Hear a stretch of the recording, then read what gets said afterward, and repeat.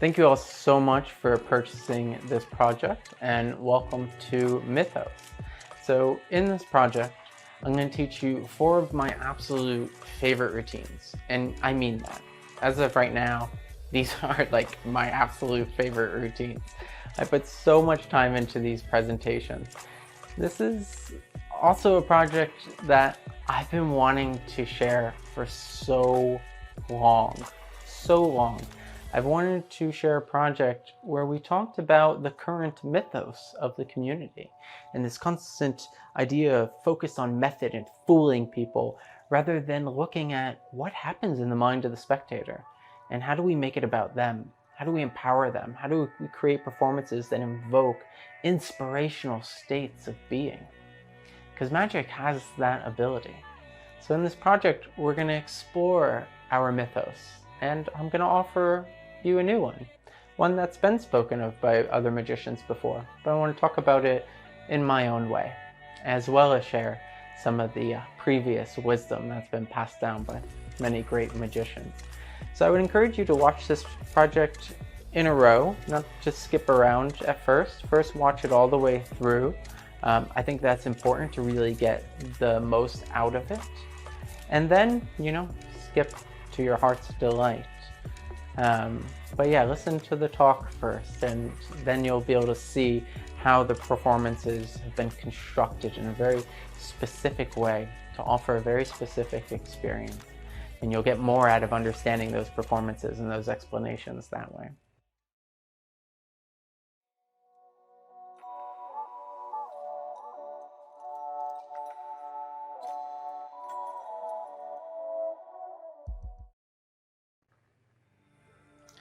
So I'm excited to talk with you today about magic.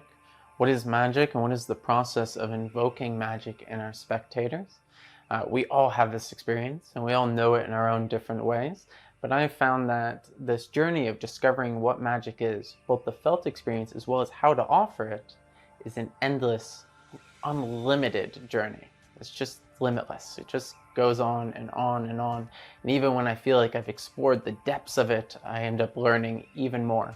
So I want to share with you my 20 years of experience and give a solid model or mythos of how we can look at magic and how I feel that this mythos empowers us in helping us discover even further what magic is, and therefore helping us offer it in an even better way.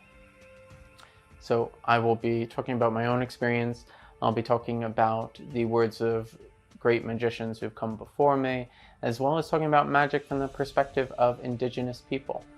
We will then talk about the different types of spectators and the different extremes of these types of spectators and how to best offer magic so that everybody is allowed to really relax into that experience of magic or that state of wonder, or however it is you like to call it. We will then talk about the power of good presentation and how important good presentation is within magic and how it helps us to really offer magic in the most powerful way possible. We'll talk about the different types of presentation, and then we're going to talk about the impact that good magic can have on our spectators. We'll then talk about creativity. We'll talk about how this mythos empowers our own creativity and our own discovery of what magic is so that we can continue on this limitless journey of magic and offering magic. So let's get started. So I'd like to start by sharing a story of a magician who you may already know of. If you don't, look him up. His name was Doug Henning. And Doug has a fantastic story of how he discovered for the first time what he felt to be the true experience of wonder. And I want to share that story with you. He was performing for the Inuit people up north, and he did a whole show for them. And they nodded and smiled, but he didn't quite get the reaction he was expecting. Afterwards, he met with the chief of the Inuit people and said, "What'd you think? Did you enjoy the magic?" And the chief, though so grateful for being entertained, responded, "What magic?" Doug Henning said, when I made things appear, when I made the dove appear, that's magic. And the Inuit chief says, the walrus appears out of nowhere every spring. That is magic. Doug, a little bewildered and wondering how to express this, said, what about when I made the ball float in midair? That is magic. And the Inuit chief responded by saying, the sun floats in the sky every day and keeps us warm and gives us light. That is magic. There was a bit of a pause and some discussion between the Inuit people before the Inuit chief eventually turned back to Doug and said, we see now. Your people have forgotten magic, so you show them this to remind them. Good job. Well done. In that moment, Doug cried, and he had realized what magic actually was, or what he felt like the truest form of magic actually was. And he thanked the Inuit chief for showing him this experience. And he left that day having a new outlook on what it is he was offering and what he felt magic truly was. So I want to talk a little bit about that story and that experience and what's being pointed to there. But first we'll talk about a few other ways of talking about magic. Another, and this is a favorite of mine, is what Paul Harris said, which was that astonishment, or this felt experience of magic, or we may use the word wonder, but all these different words for it. But he said astonishment is the natural state of mind. That it's not something we create in the spectator, but rather it is something that we uncover that is already present. A more modern approach that we hear people talk about is the suspension of disbelief. Or the way that I like to talk about it is more of suspension of disbelief or suspension of belief. I think it's actually the suspension of the conceptual lens of what we're experiencing. And a lot of magicians like Juan Tamariz and many others really like this definition today, the suspension of disbelief. When the spectator is no longer trying to figure out the method and establish this form of disbelief, they just accept that they don't know in this place of not knowing while simultaneously appreciating. And I think this is a really simple way to define that felt experience that a spectator has when we offer magic, which is that they feel this moment of not knowing, this freshness almost, this openness, and this appreciation of not knowing, this appreciation of mystery. And that is a very important experience to have for somebody to understand what I think are even more powerful states of this experience of wonder, which were spoken to more in this story from the indigenous people, of looking at the world free of a conceptual lens. Yes, we can, scientifically explain what's happening with the sun and why it's there. It's not magic in the sense of it's something supernatural. That's not what's meant by the indigenous people. It's magic in the sense that it is profound and beautiful and beyond conceptuality. That yes, you can conceptualize it, but that doesn't touch the experience. You actually can't reduce something so beautiful and profound to just words and explanation. That's to reduce it and not to allow it to be what it truly is. In today's world, a lot of us are really caught in conceptual ways of viewing the world. We constantly have our thoughts about the world, and in a very fast-paced world, don't know how to experience the world free of conceptuality. So we know everything through our explanations of it, through this way of knowledge, rather than through a mind that is free of concept, free of projecting conceptual understandings onto the world. And this can be a really, really powerful experience to have and to offer somebody. But for someone to first have this experience of seeing freshly, seeing the world as is, like looking for the first time, without all of our conceptual preconceptual understandings and beliefs projected onto each moment. For someone to have that experience, they must first not know. They must first let go of everything they believe about the world to then be able to see. You have to not know to truly know. Otherwise, you will project everything you think you know onto what you're experiencing, and therefore not see it freshly. So all of these different definitions here pointing to different qualities of this. The indigenous people are talking to this profundity and beauty of looking at the world like seeing for the first time. This deep appreciation that is just beyond any conceptual or analytical way of explaining.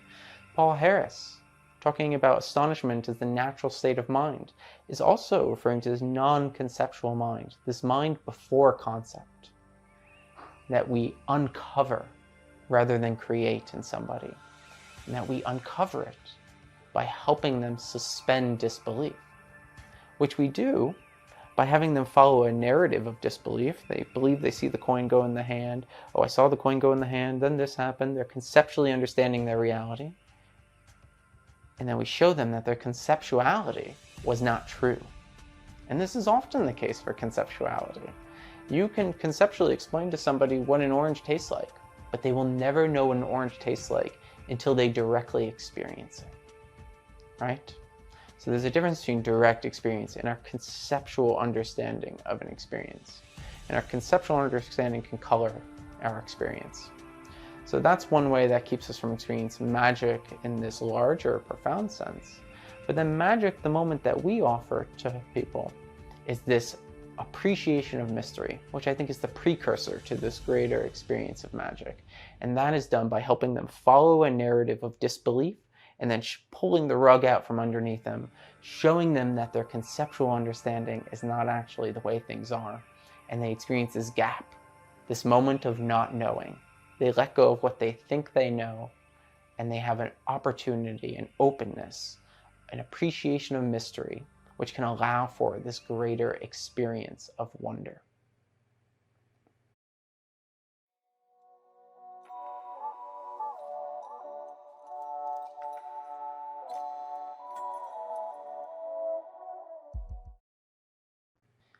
So as I've said, this has been a journey I've been on for a long time through my meditation practice of looking at the state of mind, as well as studying the art form, offering it to people, watching people, observing, and really trying to get a good feel for what is this experience and how is it invoked. And one of the most powerful experiences I had was as a street performer. I used to go out every day and perform on the streets, and it's kind of a rough environment. People don't necessarily feel like they owe you respect, and it can be hard to get that respect and really be able to offer in a way when people are just trying to walk by and you're kind of grabbing their attention.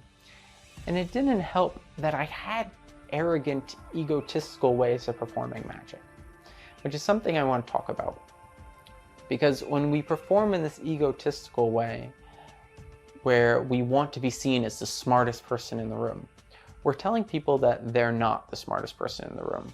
And then they're gonna feel like it's a challenge to their intellect. And I had this in my persona. And one day I was performing and I spread the cards out on the table and I asked someone, hey, pull a chunk of cards off in your hand and pull them behind your back.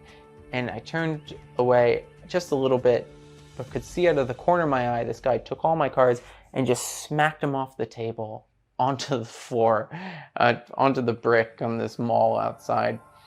And I was stunned, but I got down on my hands and knees, and I picked up every single one of those cards, and no one helped me. And I thought about this. So why didn't people help me? Second of all, why did this guy do that? Why do people experience magic in that way, of this challenge? And why was this such a degree of separation between me and my audience that they didn't even feel the need to kind of help me in that moment? Picked up all my cards. I ended my show. I did one more trick, I think. I bowed, ended my show. And then I took a break from magic for a bit. I really wanted to explore what was happening there. And I'd like to share with you what has been my discovery. So I think there are two extremes in terms of spectators. I think, though there's more than just two types of people, there's two major extremes. On one side, you have the people who very easily suspend disbelief. It almost doesn't matter how you perform magic for these people. They're very good at letting go of trying to know and allowing themselves to just not know and appreciate it. And you can be arrogant and cocky and egotistical, and they'll still very much love magic. Sometimes these people can fall, the really extreme of these people can fall into belief. They can believe that what you're doing is real. Maybe you can actually make things dematerialize, which is not, something I want people to feel when they see magic, because that's holding on to a belief. That's holding on to a conceptual understanding, a thought-based understanding rather than a felt experience. And that I don't think is the felt experience of magic. On the other extreme, we have the hyper-analytical person who just needs something to relate to and work out through their brain. They really have to know things. They want to know things. And that's you, and that's me. We all got into magic because we weren't like these people. We weren't so easily able to just suspend disbelief and just enjoy the mystery. We had to know the answer. So we went out, we learned some methods, and then we went out to perform. And in a way, we all kind of set out to kill magic, if you really think about it. We weren't able to rest in the mystery. We had to know the answer. And these people that we often refer to as hecklers are no different than us. They're that same way. And I hear so many things in the magic community about how to deal with hecklers and how to put them down and all this stuff. But I don't think that's the right approach. I think we can learn how to offer magic to those people in a way that allows them to appreciate that experience of not knowing, that feeling of mystery, wonder, magic. So what I think is occurring is that it's hard in today's world to not know. It's a vulnerable experience to say you don't know. We live in the age of information, where you can know anything at a few swipes and a few clicks of your finger. Sometimes when you don't know something, people kind of can shame you for it. They can say, how do you not know that? And you can feel belittled. So I think it's hard, especially in today's day and age, to not know and enjoy that. Especially for the analytical person who very much likes to analyze things and know things. So how do we make that person comfortable enough to be able to rest and to experience that? We don't do it by being egotistical and being the smartest person in the room, because that communicates that they're not. They're then going to take that as a challenge and feel the need to push back. So how do we make them comfortable? That's one side of it. The other side is, how do we create a good presentation? This is where we get into the next part, talking about the power of presentation and how that matters for these two extremes of spectators, as well as everyone who falls in between. So when you perform, especially in coin magic, a kind of coin flurry. The coin goes here, it vanishes, reappears here, vanishes, appears, it goes up, it does this, it does that, and you just kind of do a bunch of moves. What are we giving the spectator to relate to? We always have a narrative about what we're experiencing. We always have thought about what we're experiencing, most of the time. And in this moment, all we're giving them to have a narrative about are the moves, if there's no presentation. So how are they supposed to suspend disbelief if we're not even giving this person anything else to focus on? Their narrative is clearly going to be about the moves, and therefore to be about the method, especially this analytical person who just needs a narrative. They need to analyze, they need to think about it. So for this person, all these moves really just encourages them more to figure it out and to puzzle about it. But that is not the suspension of disbelief. Even if they don't know the method, even if they couldn't figure out the method, they still haven't suspended disbelief if they're still trying to figure out the method. If being bewildered by a method or an answer was magic, then people would experience magic at crossword puzzles, right? But it's not the same experience. It's a very different experience. It's a puzzle. So rather than present magic in this way that causes the analytical person to treat magic like a puzzle, when we have good presentation, like whether it be talking about time travel and these concepts of time travel, the analytical person can imagine about time travel. They can analyze about time travel. But that's a step closer to imagination or wondering. Wondering as in the verb, but then there's also wondering the experience, or wonder the experience, the state of magic. And these two states are very close. That experience of imagining does not pull you out of the experience of not knowing. You could not know and imagine. You could even say imagination is the active process of not knowing, right? It's not based off of factual things necessarily. It's imagining possibility. So one can imagine and still suspend disbelief. They can't analyze about method and still suspend disbelief. So when we give the analytical person something to think about in terms of imagining what time travel would be like through an interesting presentation like time travel, or we talk about, electromagnetism or all this weird kind of types of presentation, we give them something to think about and relate to and have a narrative about and imagine that allows them to still suspend disbelief. So demonstration type performances like demonstrating time travel, demonstrating teleportation, and doing it in a really fun intellectual way can really seduce the analytical mind of these people into an imaginative mind and then help them experience that suspension of disbelief. At the same time, a presentation like this that is very clearly imaginative and fun, and not look at my amazing feat, I can dematerialize metal and make it rematerialize over here, but it's more playful and clearly imaginative, helps this type of spectator, the type who easily suspends disbelief, from fixating on belief. So you can see here a good presentation can help both extremes imagine in a way that lets go of both belief as well as disbelief. They can suspend them and experience that state of wonder. They can open to this experience of mystery. This is also just a powerful way to offer magic that is very clearly mutually imaginative. It's something we're doing together. It's not a challenge. I'm not challenging my spectator.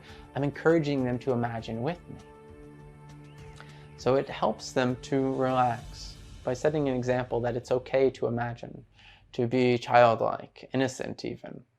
And therefore they can ease into this experience of not knowing. They can allow themselves to be a bit vulnerable and experience not knowing. We can also do this through kindness, through connecting with our audience, through letting go of cocky lines like, "Did you see it go? No? You didn't see it go?" These kind of very challenging statements that we can sometimes make. So we want to let go of those kinds of things. So let's continue with this topic of presentation by talking about different types of presentation. And you'll see these presentations in this project. Let's start with story. Story is such a great way to hook both types of people. It gives them something to think about, but it also allows us to play around with metaphor. See, vanishes in productions can be metaphorical for loss and gain. You can tell a personal story about your life, about loss and gain. And you could have vanishes in productions to symbolize that.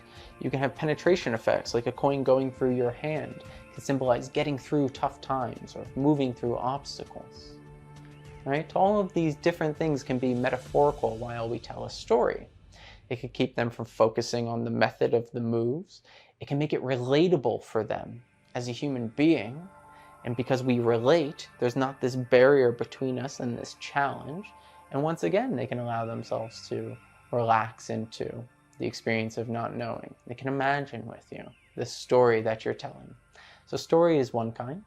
Another kind is character, which can be, playing a particular silly role or something like that. That allows your participants your spectators to relate at an emotional level. And then you have demonstrations, like time travel, coins teleporting, or whatever it may be. And this can also be imaginative. And this kind can be especially good for the analytical thinker who really likes to think through the possibilities of things. So these are just a few examples of different types of presentations. And for me, One of the most powerful things that these presentations can help people do is they could help them willingly suspend some disbelief. One of my favorite magicians, Eric Mead, said you don't want them to fully suspend disbelief. That's what someone does when they, you don't want them to fully, willingly suspend disbelief. That's what he said. This is what someone does when they go to see a play. They imagine that the rope is not there. And though I think that's very much true in terms of the method, we can get them to fully suspend disbelief in the story by making it fun and making it very clear that we're imagining and encouraging them to imagine. And by doing that, we get them a step closer to allowing themselves to feel that experience of imagination and not knowing that is conducive with suspending disbelief fully. So our method, they should bring a little bit of disbelief to, so that they have something to suspend. But our presentation allows them to step into that a little bit by allowing them to willingly suspend some disbelief. So this is another way that presentation can really help ease them into this experience of not knowing.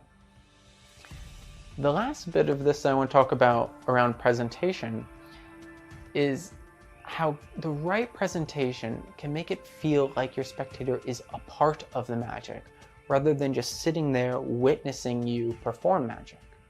There's a very different thing. They could see you do magic, and they saw magic. But to feel like they're a part of the magic can be very different. And helping them imagine, like they're imagining it happening in that moment, within that environment, through presentation, where you feel like you're relating with the character, kind of like when you read a good book and you almost forget that you're not the main character. A good presentation can help get them thinking and imagining from your perspective and help it feel like they're a part of the magic. You can also script in ways that make it feel like they're a part of the magic. And we'll talk about those in my future performances and explanations in this project. But I want to talk about that, the importance of them feeling that they are a part of the magic, that the magic is happening within the environment. This is something that also happens when we let go of this idea of, I'm the magician, I make the magic happen, look at me, ha ha ha ha ha. And I think this is important, that we start focusing on the spectator instead of ourselves. And that when we do that, we actually benefit immensely. We become better magicians. So when we focus on invoking wonder in the spectator, rather than getting our validation, we focus on presentation, we focus on connection, we can really offer something really powerful. As human beings, we all have preconceptual beliefs about our world. We believe life is rough, life is hard, life is boring, life's not good, I'm not a good person, I'm not a smart person. And these underlying beliefs that we can have about our lives will affect the way we see our world, affect the way we move through our world. So to give somebody an experience that cuts through conceptuality, a moment free of all concept, where what they think they know might not be so, is freedom. That can be a gateway to this experience of openness, this experience of seeing magic from a mind that is open, a mind that's not projecting preconceptual beliefs onto the world, and can even allow someone to experience life as beauty, to experience life as inherently magical and wonderful and profound. But for them to view life in that way, to almost imagine in a way that isn't taking them away from the present moment, but imagining that the present moment is beauty, opens them to seeing the present moment as it is. Whereas if they see the present moment as, oh, life's hard, life's this, life's that, they're not going to fully look or engage or lean into their life if they feel that it's this bad thing or they're this bad thing. But when you see life as beauty, you see life as magic, you open to life. And therefore you experience it as magical. You experience it as this openness that the felt experience of magic also is, that felt experience we offer through magic, the experience of not knowing, this open state of appreciation. So this is something we can offer people that can have a huge impact on their lives. And when we offer in this way, we adopt this mythos that's less focused on fooling people, less focused on method, and more focused on the felt experience.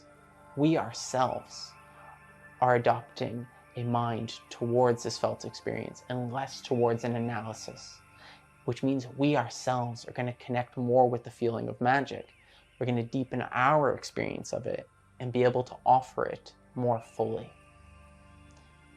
Not only this, but it will also make us more creative.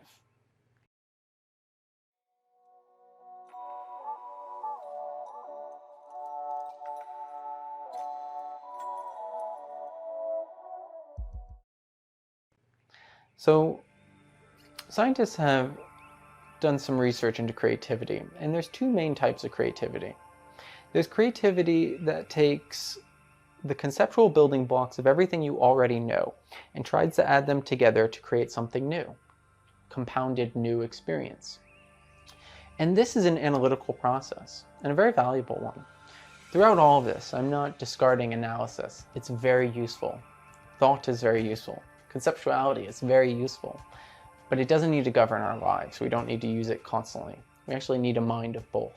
We need to not know to fully know, so that we can not know and see clearly enough by allowing ourselves to not know and project our ideas of what's happening onto the moment, see clearly enough, and from that gain fresh knowledge, gain new knowledge, rather than constantly projecting what we know onto the world.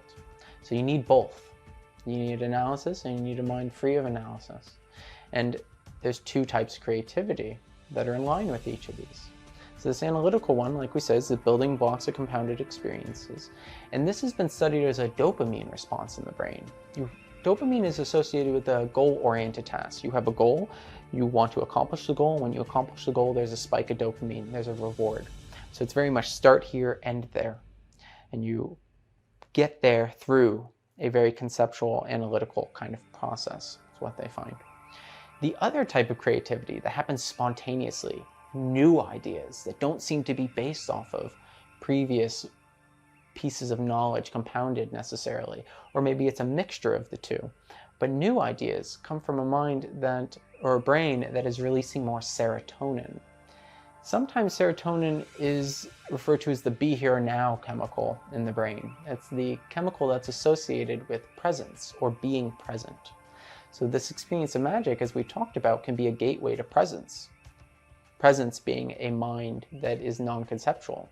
We're not thinking about what's happening. We're directly experiencing reality through our sense perceptions.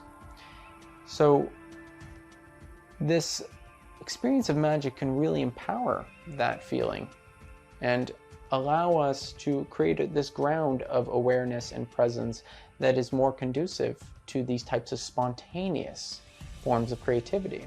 Meditation can also do this for us.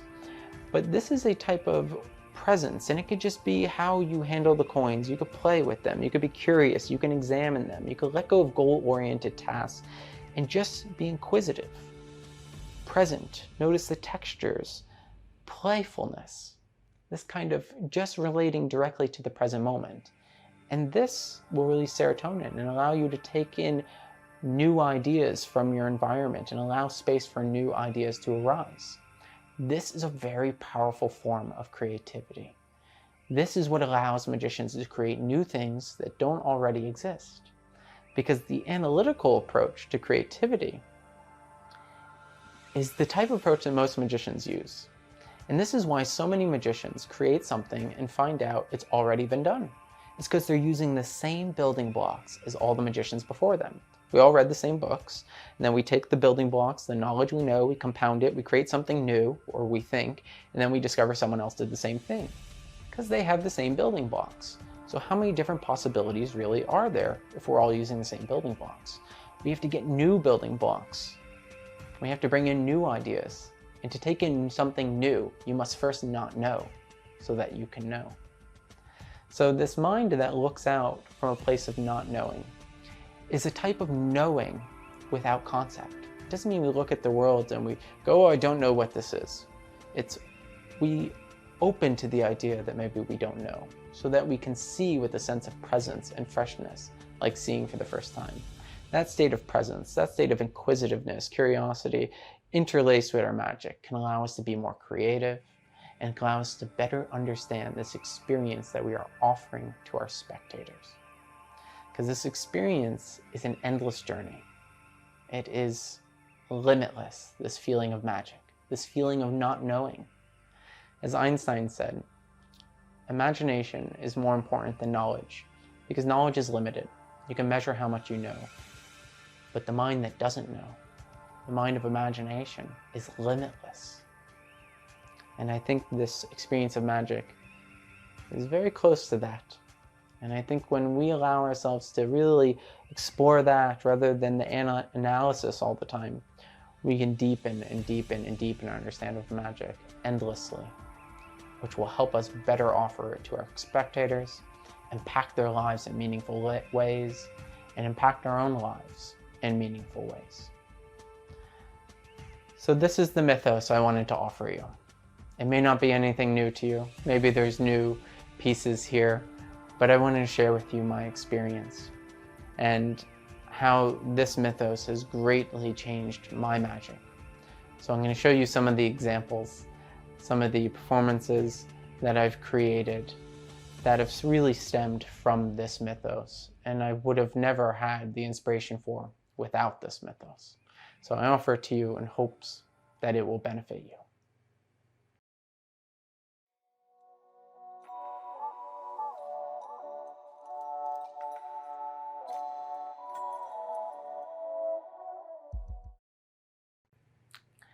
So one of the main moves in this project is a move that I called the finger fling in my first project, Insights. I kind of named the move on the fly, so hence the kind of cheesy name, but so it's called the finger fling. And this was inspired by Curtis Cam and Kainoa Harbottle. Curtis Cam created the fingertip muscle pass, and Kainoa Harbottle released it. And immediately after that was released and I was playing around with the move, I thought, hey, I think that could be done a little bit better if you used the thumb instead of the first finger. So I came up with this method, and it has a lot more power than the fingertip muscle pass, and because of that, it allows you to do a lot of really neat things. There's also no visible movement from the front, or very little, because the thumb's doing the work rather than the first finger doing the work. And I liked that as a replacement for even the anti-gravity coin, but also so many other uses, which we will be getting into. So let's start by going over this move, the finger fling.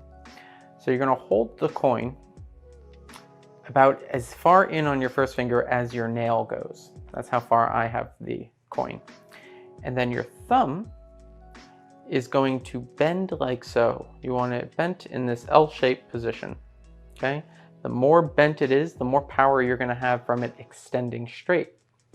But the thumb is going to be pushing down mostly on the face of the coin, not the edge of the coin. I'm going to refer to this as the face, the edge, and the corner. The corner being, well, the corner. So you should feel your thumb mostly on the face of the coin and slightly on the corner of the coin, and not really much on the edge, though maybe a tiny bit. So the thumb is bent, and an important part of this is the thumb is externally rotated. You'll notice if you place your hand like this, you extend your fingers, your thumbnail is mostly pointing up, but as you turn it down like that, it's now pointing to the side. And this is because the thumb actually rotates. There's this external rotation, so this is something everybody's thumb does. So when you're in this position, if you were to push, you're going to come across the fingers like this and end like that. We want the thumb to push in line with the first finger. So we want this external rotation as much as we can get it. And you could place your thumb up against your first finger and play around with that external rotation. It's not much, just a little bit, but it'll help you orient the direction of the thumb pushing out towards the tip of the first finger. Now, the reason why we're so far in to the nail and the thumb here, which puts us like this, is so that when we execute the move, we end like so. The fingers flush rather than like this. We don't want to do that, and then it looks like we just flicked a coin, right? So we're a little bit further back, and we push like so that we are flush. So the move is like so. We're pushing down, there's pressure, We have this bend in the thumb and the external rotation, and we are going to slide our thumb like so, towards the tip of the finger while straightening the thumb out. In the beginning, you can just do it slow. Maintain friction. Pressure, maintain friction. You'll notice when you do it fast, you'll feel it kind of catch and release off some of the skin there. Or, well, yeah. Not so much when you do it on the coin, but a little bit, except instead of it being your thumb, it's the coin. But this will get you a good feel for the move of first starting slow, extending, keeping continual pressure with the thumb against the first finger, directing it in line with that first finger and going from bent to straight while keeping that external rotation. That's mainly how the move works. When you're ready to execute the move, you will extend the thumb as fast as possible while simultaneously keeping that pressure. It kind of feels like how you would flick a booger off your finger. That's an analogy I used in the first one that people said was really helpful, so here it is again. It's kind of like flicking a booger off your finger. So we'll go over the shoulder with that. First finger will be placed on the coin, usually around the depth of the first fingernail. The thumb is going to bend at this 90-degree angle. The thumb will be mostly placed on the top of the coin, the face of the coin, barely touching the edge here, but you should be able to feel the corner of the coin in pushing into the thumb.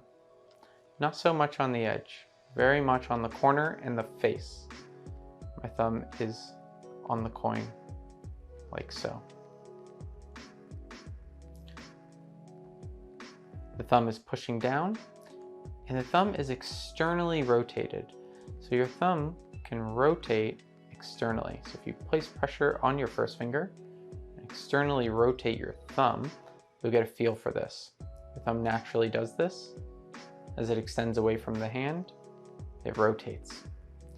So you want to get a little bit of as much external rotation as you can, so that when you are extending with your thumb, you're extending in line with the first finger. You can practice it as such without the coin, putting pressure with the thumb once you know the position after holding the coin, putting pressure with the thumb, and maintaining pressure with the thumb against the first finger as you straighten the thumb, like so. Once again, the thumb is externally rotated and pushing in line with the first finger, not across the first finger, not perpendicular to the first finger, in line with the first finger. You can then do the same thing, increase pressure, and then extend the thumb as fast as you possibly can. And you'll feel it catch on the skin a little bit and release. And that's the feeling you want for this move. So once again, the thumb's pushing on the face of the coin, slightly on the corner, pushing down with the thumb, externally rotated. And it's going to go in this direction, directly across the coin, allowing it to shoot the coin like so. When we extend, we only want to extend to here where the fingertips are parallel. We're not doing this. So you want to keep the first finger as straight as possible. You don't want it curling in like that, but if you maintain enough pressure, then the first finger shouldn't be able to curl in. And as long as you're not lifting the thumb this way, you shouldn't be extending past the first finger as well. So if your thumb is going in direction of the first finger, not perpendicular, that way, then your fingers should stay together without the extending of the thumb.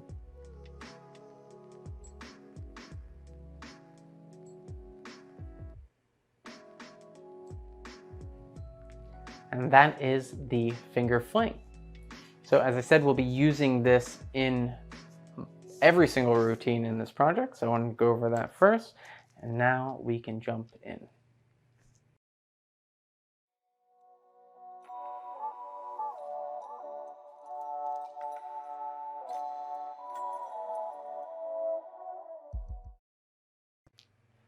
I would like to share with you a tale of mystery and wonder. Once upon a time, in a mystical land, not at all like this one, and yet very much like this one, there was a dispirited magician slumped in his chair at the local tavern after a long week of performing the same old tricks. He was drinking in an attempt to forget the faces of his unenthused audience, and yet he only had enough coin for the one single brew. He sat defeated, staring at his empty cup, when a mysterious hooded figure approached. They reached out their empty hand and produced from thin air a silver dollar. The magician stared at the coin in complete disbelief. He had spent most of his life studying all that there was to know about sleight of hand, yet he had never seen anything like this before. He begged the mysterious figure, "Please, please will you teach me how you did that?"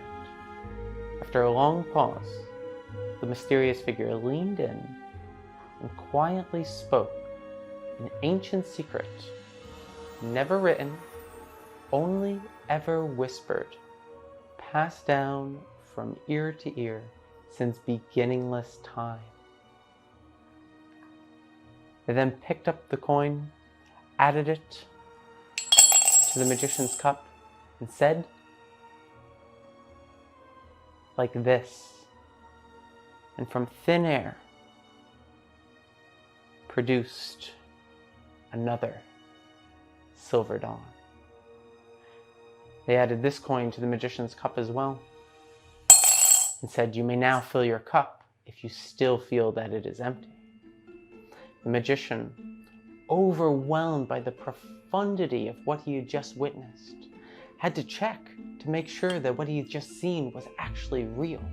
So he dumped out the coins to confirm that he wasn't dreaming. He then looked up towards the mysterious figure, but they had vanished. Overwhelmed and filled with immeasurable wonder, the magician reached out to their empty hand and produced from thin air a silver dollar. And so ends the tale of the magician and the tavern, which in reality wasn't actually a tavern. It was technically the local coffee shop a couple blocks from my house, and the brew was actually a almond milk latte with 4 packets of sugar. But yeah, anyways, those details don't matter.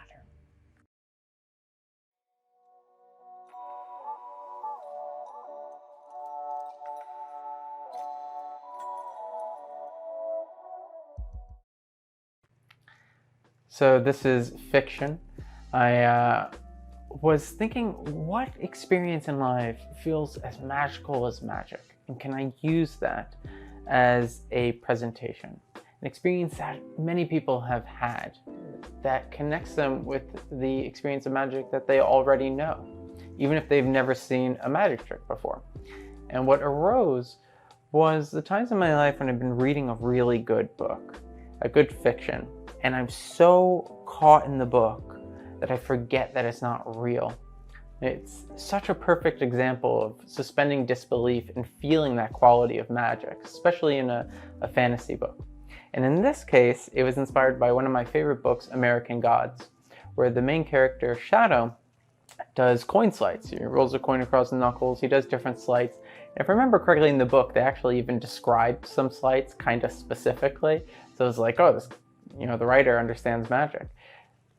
Anyway, Shadow's in a bar, and somebody comes up, this character comes up and produces coins out of thin air over and over again in this way that they had, so throughout the book, it's explained how Shadow is doing sleights. So when this character started doing this, I got so caught in that moment. I went, wait, how is he doing that? That's not possible. And then I pull myself out of it and go, Danny, it's a book.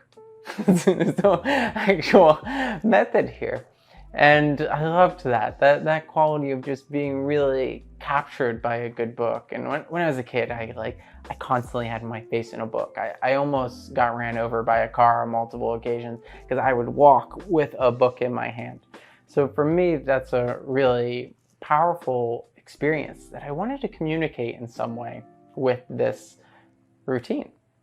So this is what I came up with, and my wife Rachel helped me significantly with a little bit of the scripting and some of the really fun lines in there, but overall I had the general idea of what I wanted to do.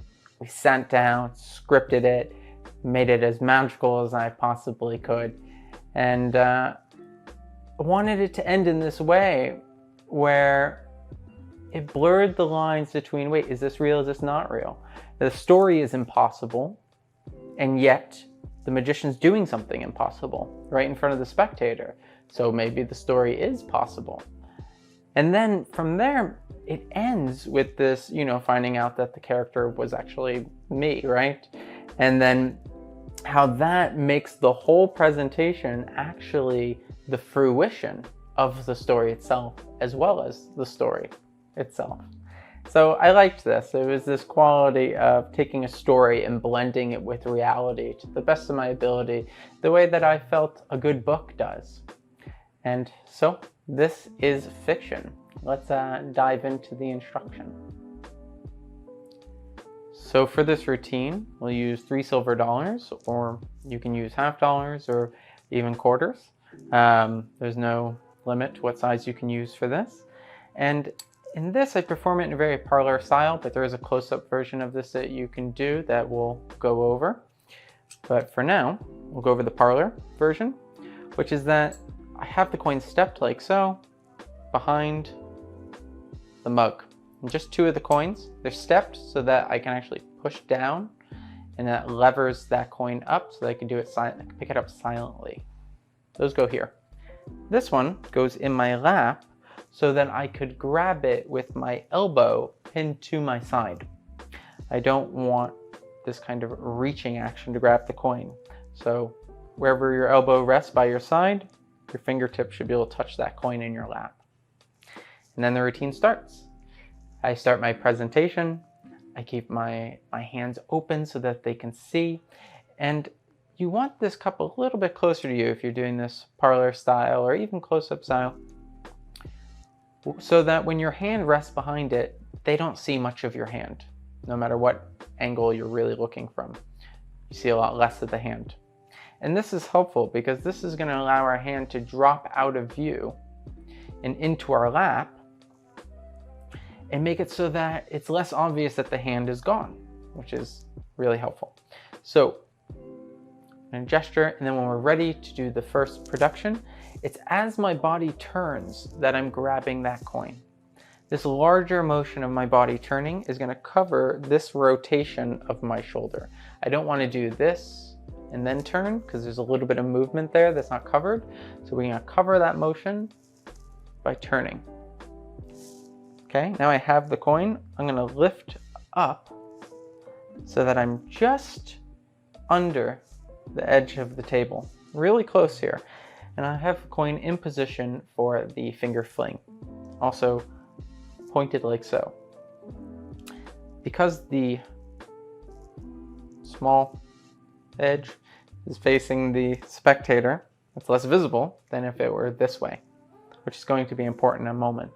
So we're going to grab, and as we come down and open, we're going to finger fling this coin and bounce it off of the palm, like so.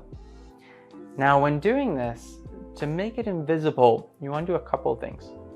One, you grab and you're going to come down in a diagonal motion, okay? So diagonally down. We're not going to do it here and then come down and come over. We're not going to come down and then over. We want this diagonal motion. And the reason why is because the eyes are really good at tracking things up and down and pretty good going left to right as well, though not as fast. The eyes are really not good at tracking things diagonally. So it creates a little bit of a gap in the processing power of the brain. And this helps give you the cover for this move. So you want to come down and then forward. Here and then forward. Because if you just come here and open, there may be a flash where the coin is here and your hand's not in front of it. So you want to come here and then forward, so that if there is a slight flash, it's being seen in front of the hand. So like so.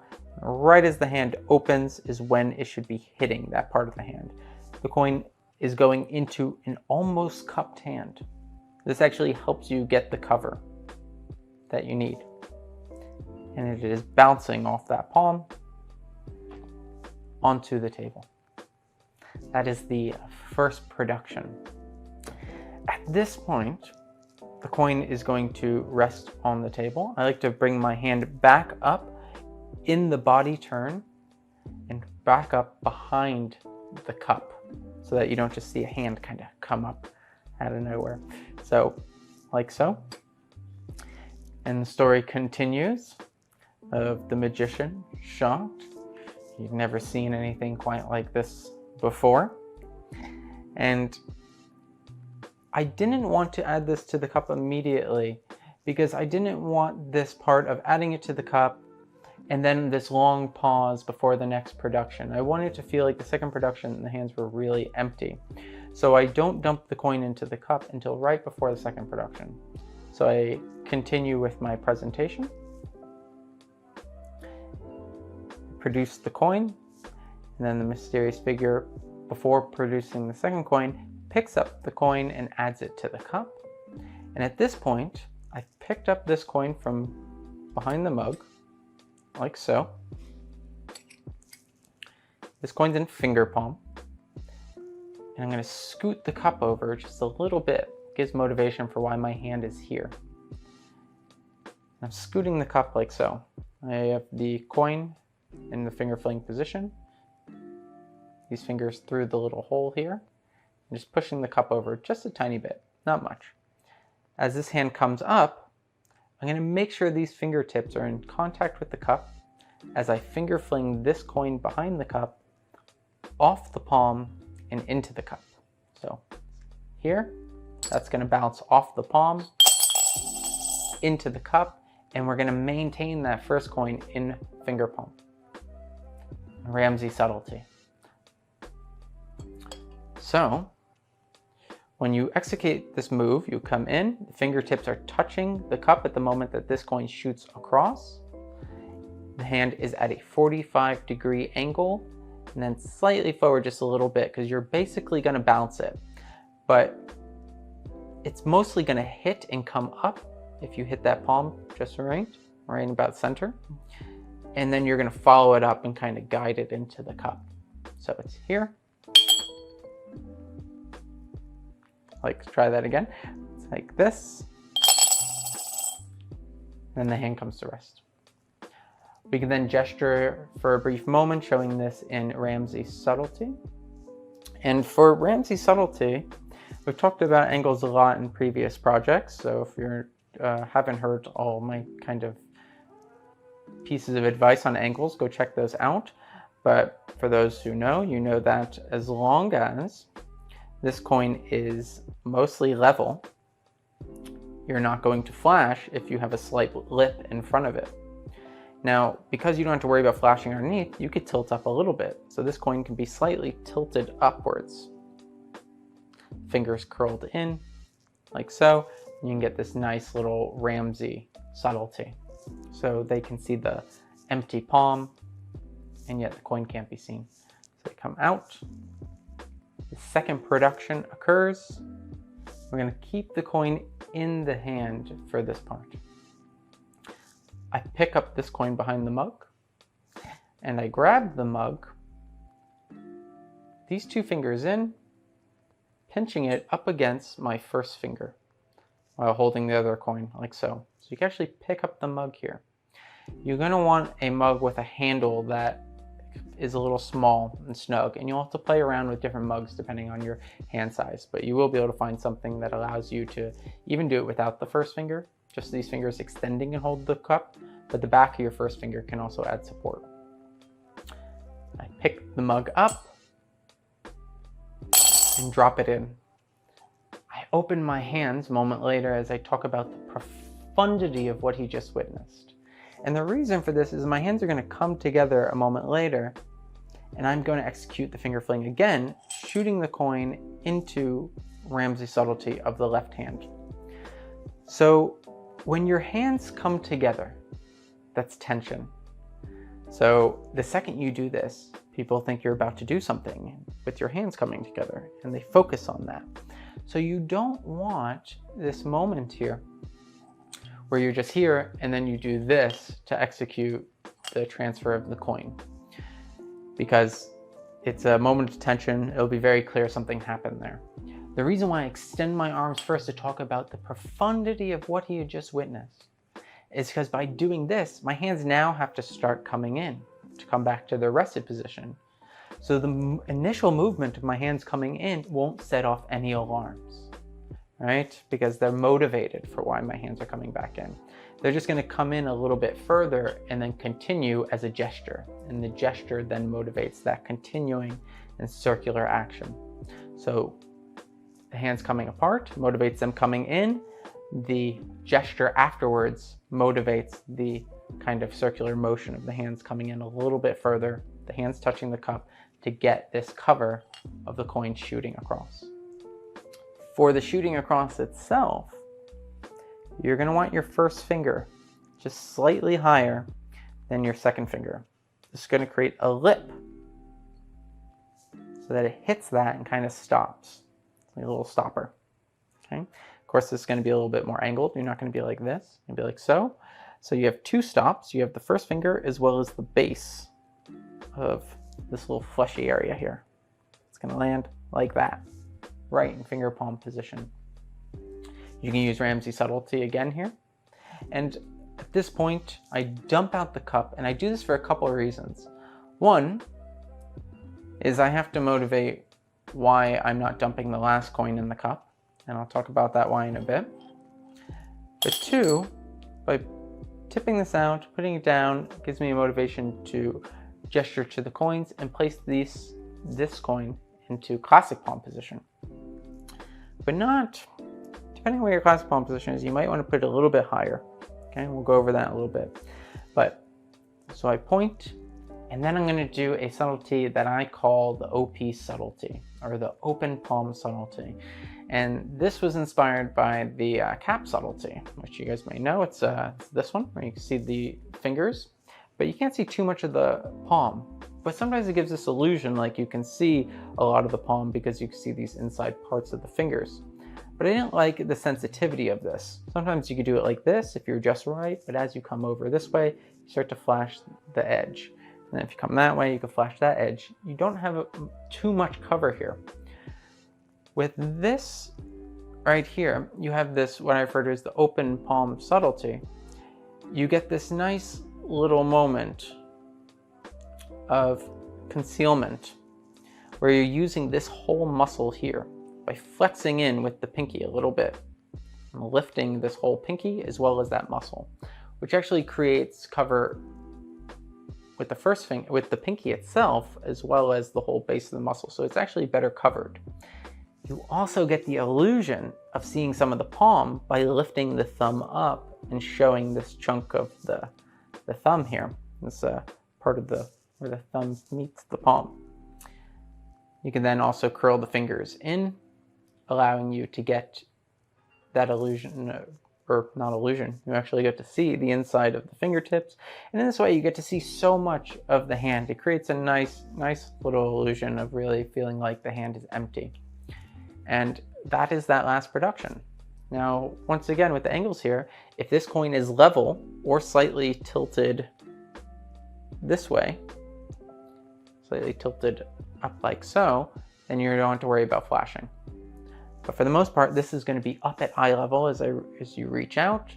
So you get to very easily cover this with just a tiny bit of lift of this muscle right here. And therefore, level, slight tilt, you'll be great. So, come down and produce. And then I give the closing line, which kind of expresses this quality of, that the story was actually about me. I was the dispirited magician, etc. So let's go over a couple little details about this routine. The cup motivates the cover and the transfer of certain moves. It had an issue though for me, which was at the end, if I produced the last coin and just added it to the cup, all those coins are obscured, which gives this feeling of like, wait, is he going to reveal that those coins are in there? Are they going to change? Are they going to disappear? Something else would be anticipated. So I needed a reason to cut that away, because I kept finding that when I performed this routine for people, people would go like look at the cup expectingly as if there was something else was going to happen. But really I just wanted it to be 3 productions. So when I get to this part where I drop the coin in, I transfer this coin, I talk about the profundity of what he just witnessed. I say he dumped out the coins to confirm that he wasn't dreaming. They were real. And by doing this, I've now made it very clear this cup is empty. The coins are on the table. Nothing else is going to happen with this cup. All right. So now I can get that last production and produce. We will have 1 coin on the thigh where the right hand fingertips can reach it while keeping the right elbow pinned to the side. This hand will drop out of view from behind the cup, and we will pivot towards the coin as the body turns so that the left hand extends to mime producing the first coin. As this is occurring, this hand can come up towards the edge of the table with the coin in finger fling position. The coin is perpendicular to the table, and as this hand comes forward, it comes down at an angle and then forward, where the coin will be finger flinged, bounce off of the palm and onto the table. You want to finger fling at the moment that the hand is just opening, so it literally squeezes in between the fingers and bouncing off of the palm onto the table. The second move, the thumb of the right hand will push down on this edge, levering the coin up where it can be grabbed by the first finger and placed into position for the finger fling. The hand will move forward, placing the fingers through the handle of the cup and slightly moving the cup to motivate the hand being in its position for the second move. The coin will be picked up with the left hand, placed on finger palm position on top of the second and third finger, where the third finger can gently squeeze in to finger palm the coin. You only need to squeeze in with this third finger, not the second or first. Those can stay straight, but you want to make sure not to have that pinky straight, as that looks very unnatural. So allow that pinky to stay curled in as well. As the hand approaches the cup, the fingers will touch the cup, allowing cover for this coin, the right hand fingertips, to shoot out. It's going to hit the center of the palm, which is angled at a 45-degree angle, which allows the coin to bounce and travel upwards. As it does so, this hand follows it and guides it towards the cup. So at speed, like so. This coin can now be displayed in Ramsey subtlety, as long as these fingers are pinned together with no gaps, and this side of the coin is higher than this side of the coin, then you will not need to worry about flashing, and you'll be able to display an empty palm. Fingers can close. You can get your second production while the right hand picks up the third coin, places the other fingers through the handle with the cup supported against the back of the first finger for extra stability. This coin will be cleanly dropped into the mug, and in the next gesture, as we are rotating the hands, this coin will be shot into finger palm, like so. You want the first finger slightly higher, which creates a little wall for the coin to hit, and the finger slightly curled in, which allows this skin to be loose, creating another little wall for the coin to hit. So there's a nice little corner for it to land. This way, your fingers don't have to squeeze in and do a catching action. You don't want that to occur because that would telegraph that you're catching something. So you want it to just be shot and literally bounce, hitting that corner and coming to a complete stop. For the last production, we allow the coin to fall out of finger palm just by tilting the fingers up and dropping, or by turning the hand over, curling in, letting this edge slide to the tips of the fingers, or it can then be pinned up against the hand. This can be done as the fingers point to show that the coins are being dumped from the cup. We will then be allowed to turn our hand palm up and leave the coin in this position. If you flex the base of the pinky, you'll have all this cover here. And as long as this edge is slightly higher than that edge, then you won't have to worry about flashing that coin. You can extend your thumb up so that you can show a bit of the palm, and even roll the fingers in one at a time before producing the last coin. So that is the main explanation for fiction. Now let's go over a couple of little details that you can do with this. You can, and I have gotten to do this in more spontaneous situations, where I just have coins in my lap, I'm chatting with someone. If you sit back, your hands can very easily rest on your thighs. This would be weird, right? Very, very extended. But it's also weird if I'm sitting like this and I do that, because my arms didn't relax straight down. They relaxed back and down, which is tension. The elbow's coming away from the body, so there's not relaxation. So if the hand is going to relax off of the table, you want to make sure you're leaned back enough. And if the elbows are by the side, that means the shoulder is relaxed, it's not pulling back or lifting forward, then that's going to always look a lot more relaxed. It's not going to give away any tells. So relaxing back could be a great way to get your hands into your lap to steal a coin. You could then be here, produce and do this whole first move just as we did before. I can now grab this other coin and I could talk about how that coin just kind of appeared out of nowhere. And I could do this again as a shuttle pass like we did with the cup. And go here, fling this coin off of my palm, more of a palm down situation. So you're gonna go palm down and slightly angled forward so they can bounce onto the table. But you can go here and toss like so. You can then come back to a Ramsey subtlety and produce again. Once again, this one's also gonna get more cover if you come from a diagonal movement. So boom, you can get this next one. And then something that I like to do with this that is just, it's kind of a nice way to do a production here, is to do like so. Now, what I did here is, this is a weird lapping technique I would do, but in reverse, where I would have a coin in finger palm, and by doing this gesture, you motivate this action, right? So you condition it a few times, and then that way, you know, I could do something like this from doing a retention or whatever. You know, if you know the twister retention from my previous project, do something like this. You can gesture and ditch the coin off the table in this movement, right? It motivates the hand coming to the edge of the table to ditch the coin. In this case, it's the same thing, but we're actually doing it as a load. This hand comes around, and this one shoots the coin into finger palm of the hand.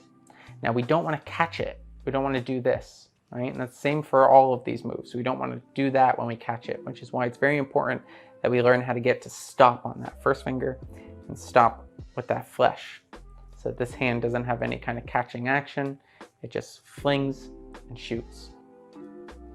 For the close-up variation of fiction, the coins can either be on the lap, where you can pick them up one at a time, or if you have very soft coins, you can leave them in finger palm, where you can gently push them up into position to execute the finger fling. As long as your coins are soft enough where you can do this with a very minimal to no sound. For the first production, just as before, the hand will come down at a diagonal and come forward as this coin shoots the coin up between the fingers and bounces it off of the palm. The coin can then be picked up and displayed. One presentation I've used for this is say that when you are first producing the metal, you are condensing the atoms and they become very hot, hence why I can't touch it at first. I will then pick it up, display the coin, show it around as my motivation for picking it up, while I prepare the second coin to then do the cup move that we did before without the cup. We'll finger palm this coin, and as this hand comes diagonally down and turns, we'll bounce this coin off of our palm while the hand is pointed at a 45-degree angle in this way and slightly palm forward so that it bounces here and forward. So slightly tilted this way and that way. As the hand comes down, this gets shot up, where it can bounce off of the hand like so. You can then Ramsey subtlety and produce the next coin. This coin can be dropped onto the table, and as the hand gestures like so, the coin can be shot once again to bounce off of that raised first finger into Ramsey subtlety and produce the third coin. So that's another variation I wanted to show you. It shows you how you can do it in a more kind of a close-up situation where you can have them in your lap. So that is the explanation for fiction.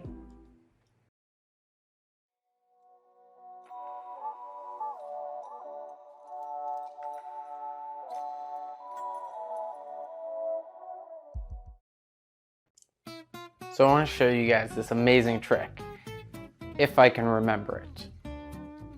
But I do know the Chinese coin starts on your right side, the silver coin starts on your left. That's not even right, is it? No. Silver coin starts on my left side. Chinese starts on your left. Okay, Chinese is here, silver is there. Yeah, let's do something different.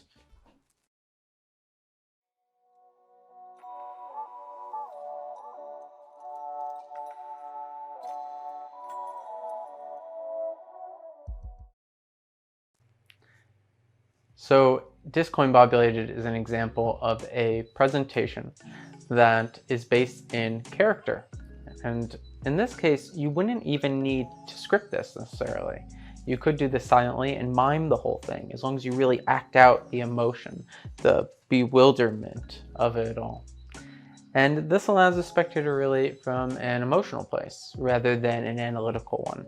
So once again, allows them to suspend that over-conceptualizing mind by relating to a character, a felt sensation, which will get them closer to that ability to suspend disbelief enough to, or suspend disbelief even enough to experience that state of wonder. I liked this routine too, that I got to really even kind of poke fun at the trying to figure out where the coin is.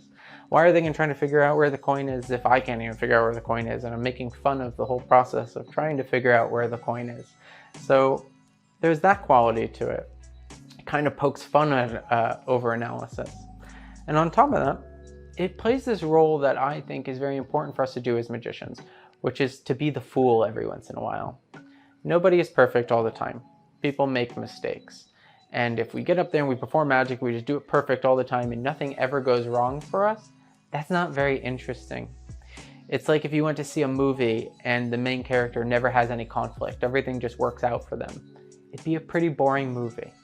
So some kind of conflict, I think, is very important for us as a magician, and also makes the spectator feel comfortable. It cuts through that egotistical approach of, look at me, look at how great I am, and, you know, puts the focus on entertaining the spectator.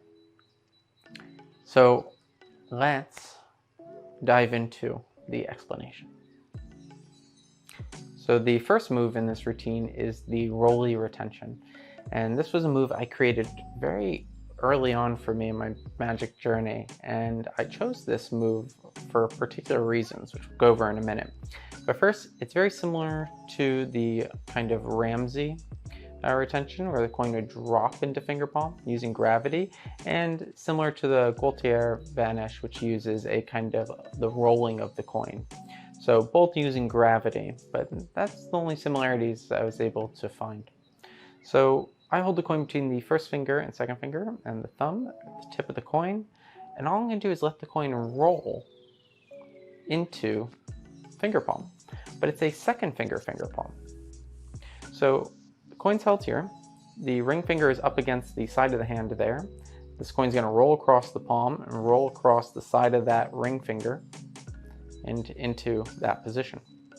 So I go a little further in so that I have cover here, because for me, this coin is thicker than 2 fingers and I will flash slightly over the top if I don't get that cover. So I go a little bit further in, but if you have thick fingers, you can do it here even, or here. But I think the more momentum you get, the better. So this hand's at a 45-degree angle, place the coin, and as we curl in, we'll let the coin roll into that position.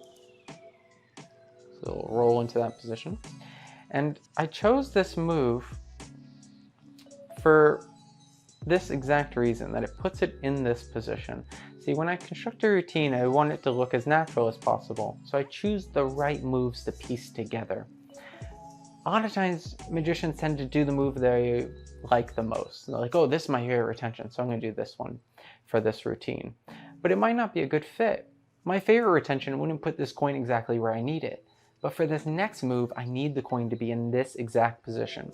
A finger palm of the second finger, rather than the normal finger palm, which is down here. So this is a perfect position for me. And this retention places that coin exactly there. So it was the move that I chose for this routine, so that I didn't have any readjustments or unnecessary movements in between. So for this next move, we're going to do what I call the toss pop change. So we will execute the rolly retention while holding this coin here. We're swapping hands. We come over, we grab, and we balance this coin on the tip of the first finger. This one, and the second finger finger palm. And I'm going to stick my thumb underneath and flick this up in the air. And as I catch it, I get the change, right? So what's happening here is this coin is held at 4 points of contact.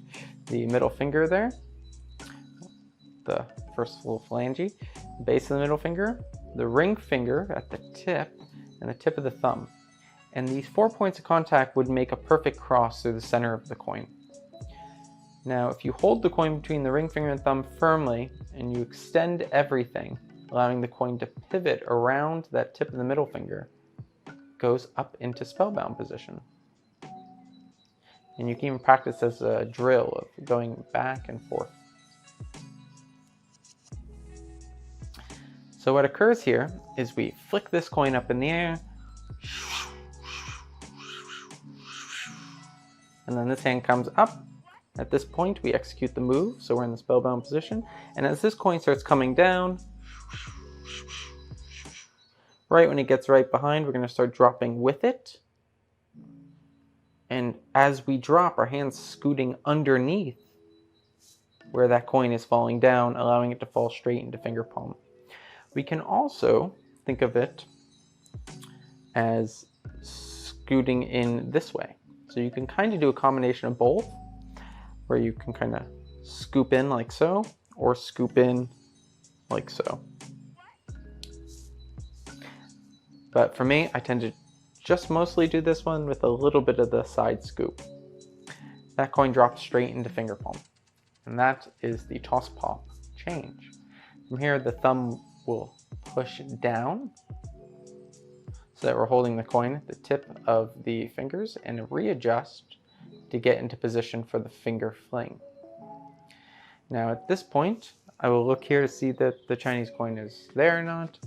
Shake, I go, okay, Chinese here. So, and then there's this kind of shock moment. And all I'm doing here is I'm shooting this coin into that hand and then pushing this one up from finger palm to the fingertips. So here, shake, shake, finger fling into this hand, which is in this gently cupped position. And then come up and push this one to the fingertips. Oh, got a clink there because my ring is on. So a lot of people think this move is angle sensitive. But if you face the person to your right, everyone to your left, you have good angles because you have the cover of this arm. So you don't have to worry about that. And you can also motivate this with a body turn. You could talk about silver coin here. Sir, what was this? This Chinese? Yes, good. And this was, right? So you can use this body turn, this redirecting to people to kind of show and motivate these movements. For the rolly retention, the coin is held by the first, second, and thumb by the edge of the coin with the third and fourth fingers curled in. The third and fourth fingers are placed up against the palm like so, creating a nice little ramp for the coin to roll off into or over the third finger. I place the coin further into the hand to get cover with these fingertips over this little front of the first finger as the coin rolls in. And I want to make sure that the coin is pointing straight up, not forward, not back. This will allow it to roll more freely, where it can roll straight into second finger, finger palm. Once again, right as the fingers close, we just loosen our grip, allowing the coin to roll, which is accomplished by allowing the left hand to be at a 45-degree angle. You can play around with the angle. If you find the coin is sticking to your fingers too much, a more extreme angle may help, or a turning of the hand could help to create some initial momentum. Once the coin is in position, we can then grab the Chinese coin from the left hand fingertips, where it can be held at the tip of the first finger, where the thumb can come underneath to flick the coin. This is the same as the standard way you'd flip a coin on the side of the first finger, but instead we're just doing it here at the tip. While this is being done, the ring finger makes contact with the edge of the coin close to the tip of the ring finger. The thumb touches the edge of the coin on the opposite side, where we have 4 points of contact. They create a perpendicular directly through the center of the coin. Since the coin is held firmly by the ring finger and thumb, the coin can be extended upwards by straightening those fingers, allowing the second finger to be curled in enough to rotate the coin into this classic spellbound position. This is all done as the coin is flipped up into the air. Turn the hand fingers up, which allows the coin to not be seen. And as this comes back down, we can scoop in towards the body and slightly to the left to allow this coin to fall into finger palm position. At this point, we will push down with the thumb, allowing the silver coin to rotate forward, repositioning into position for the finger fling. I like to accomplish this by placing the second finger, the side of the second finger, up against the coin, which adds some stability in holding the coin. At this point, the left hand can shake with the hand slightly cupped, allowing space for the coin to be shot into the hand. That is done as the hand comes in and up.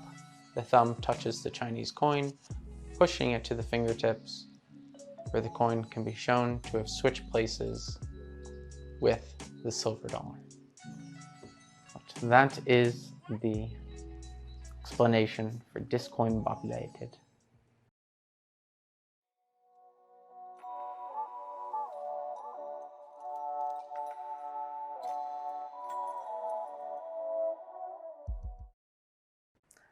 So sound is technically just vibration move. What the? It's July 28th. Excuse me, can you tell me what time it is? It should be like 8:15, 8:16 if I'm right. 8:16? Okay, we have like a minute or two, so I have to be quick.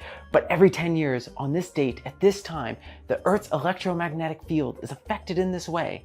It somehow affects our electromagnetic field, which somehow makes non-magnetic metals like silver magnetic in our hands. Don't ask me how it works. I have no idea, but clearly it does. The question is, does it work like a real magnet, where the head side attracts the tail side?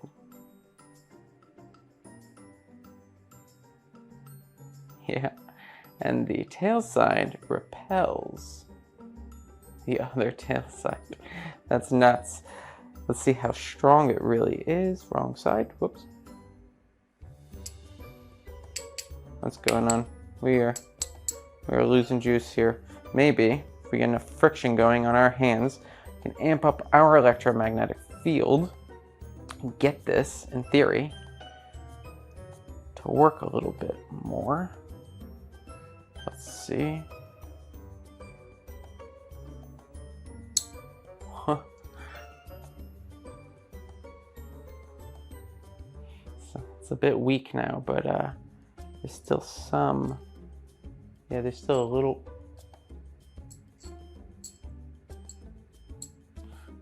I guess that's it. Maybe it would work with your electromagnetic field. You want to try? Anyways, so sound is technically just vibration, but we experience it.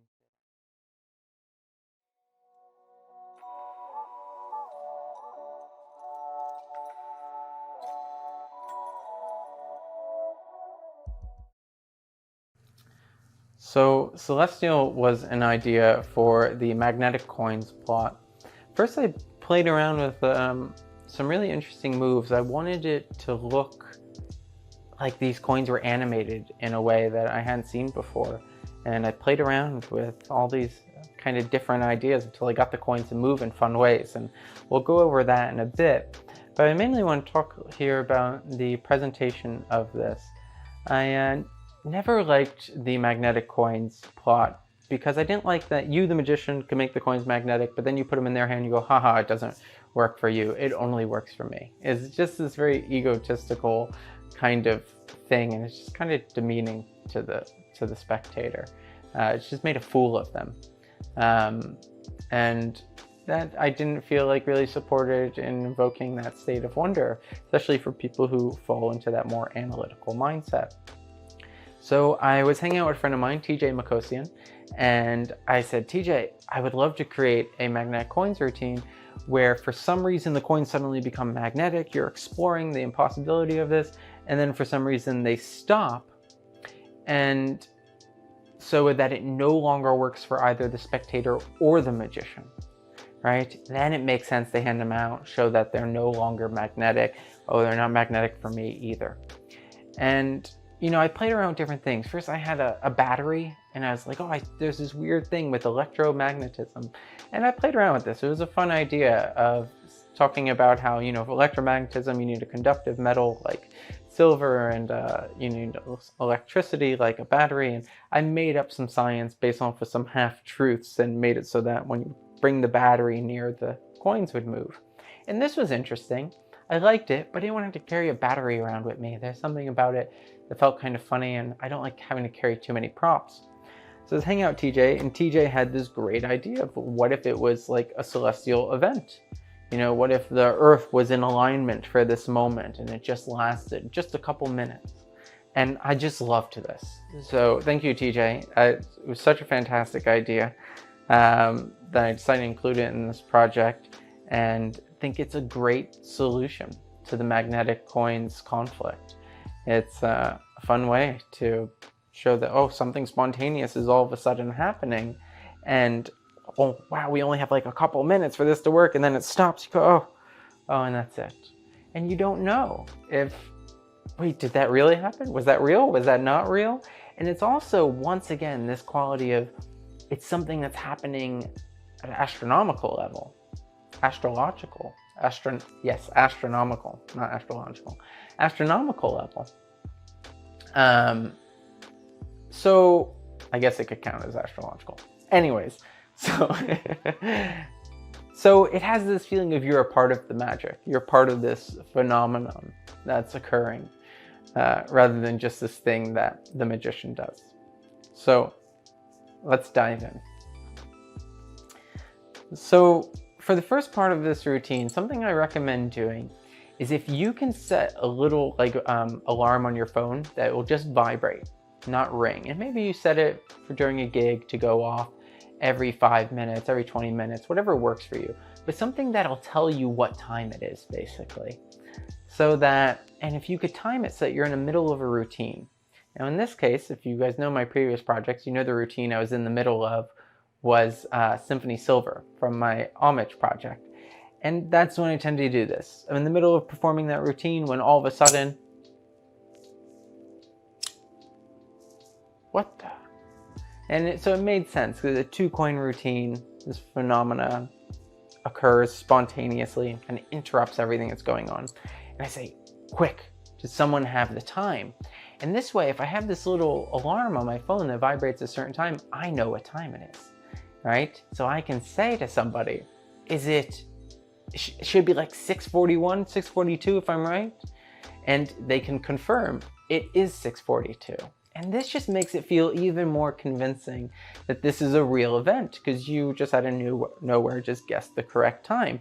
And though, yeah, maybe you could have looked at a device not too long ago, it's just a little bit of a convincer, I think. So that's just a fun little detail that you can add to this. But let's get started. So this first move is just the finger fling. The right hand's gonna finger fling the coin. The left hand, I'm gonna hold the coin balanced on the side of the middle finger and held by the first finger. So my thumb can actually come away. So if you're holding the coin, your first finger basically right across the center, maybe slightly lower, and about a little bit past halfway in, then your second finger, where it naturally curls in, creates a little stand for the coin to stand on. This leaves your thumb free so that you can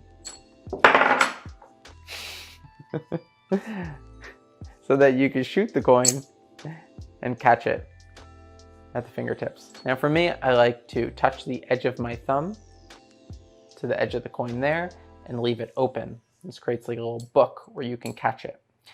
And another little detail of doing this is I don't do it very far at first because I want to look at them while I'm talking, so it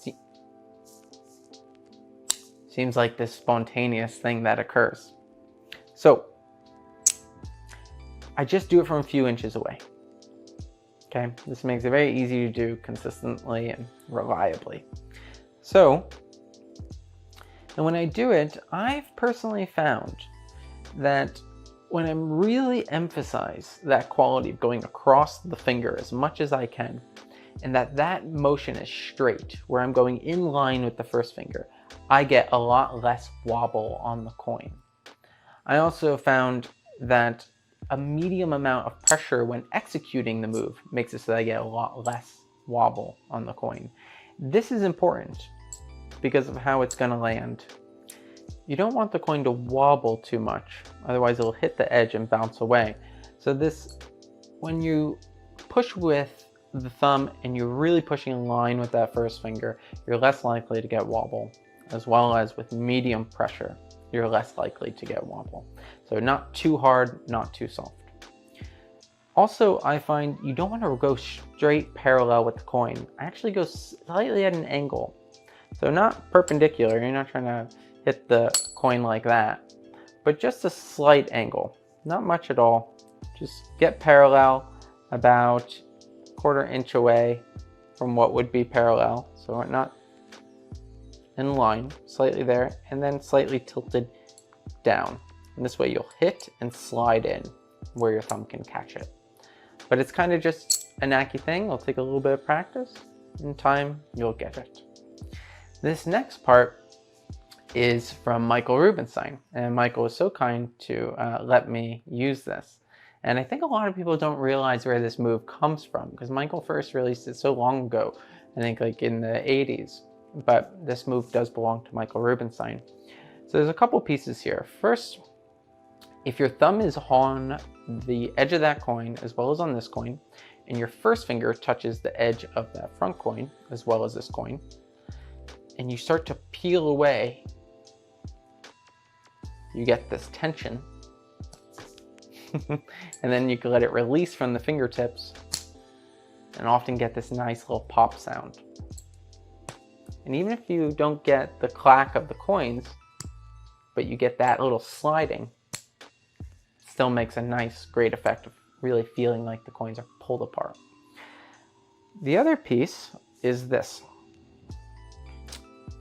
little effect where you make it look magnetic, like so.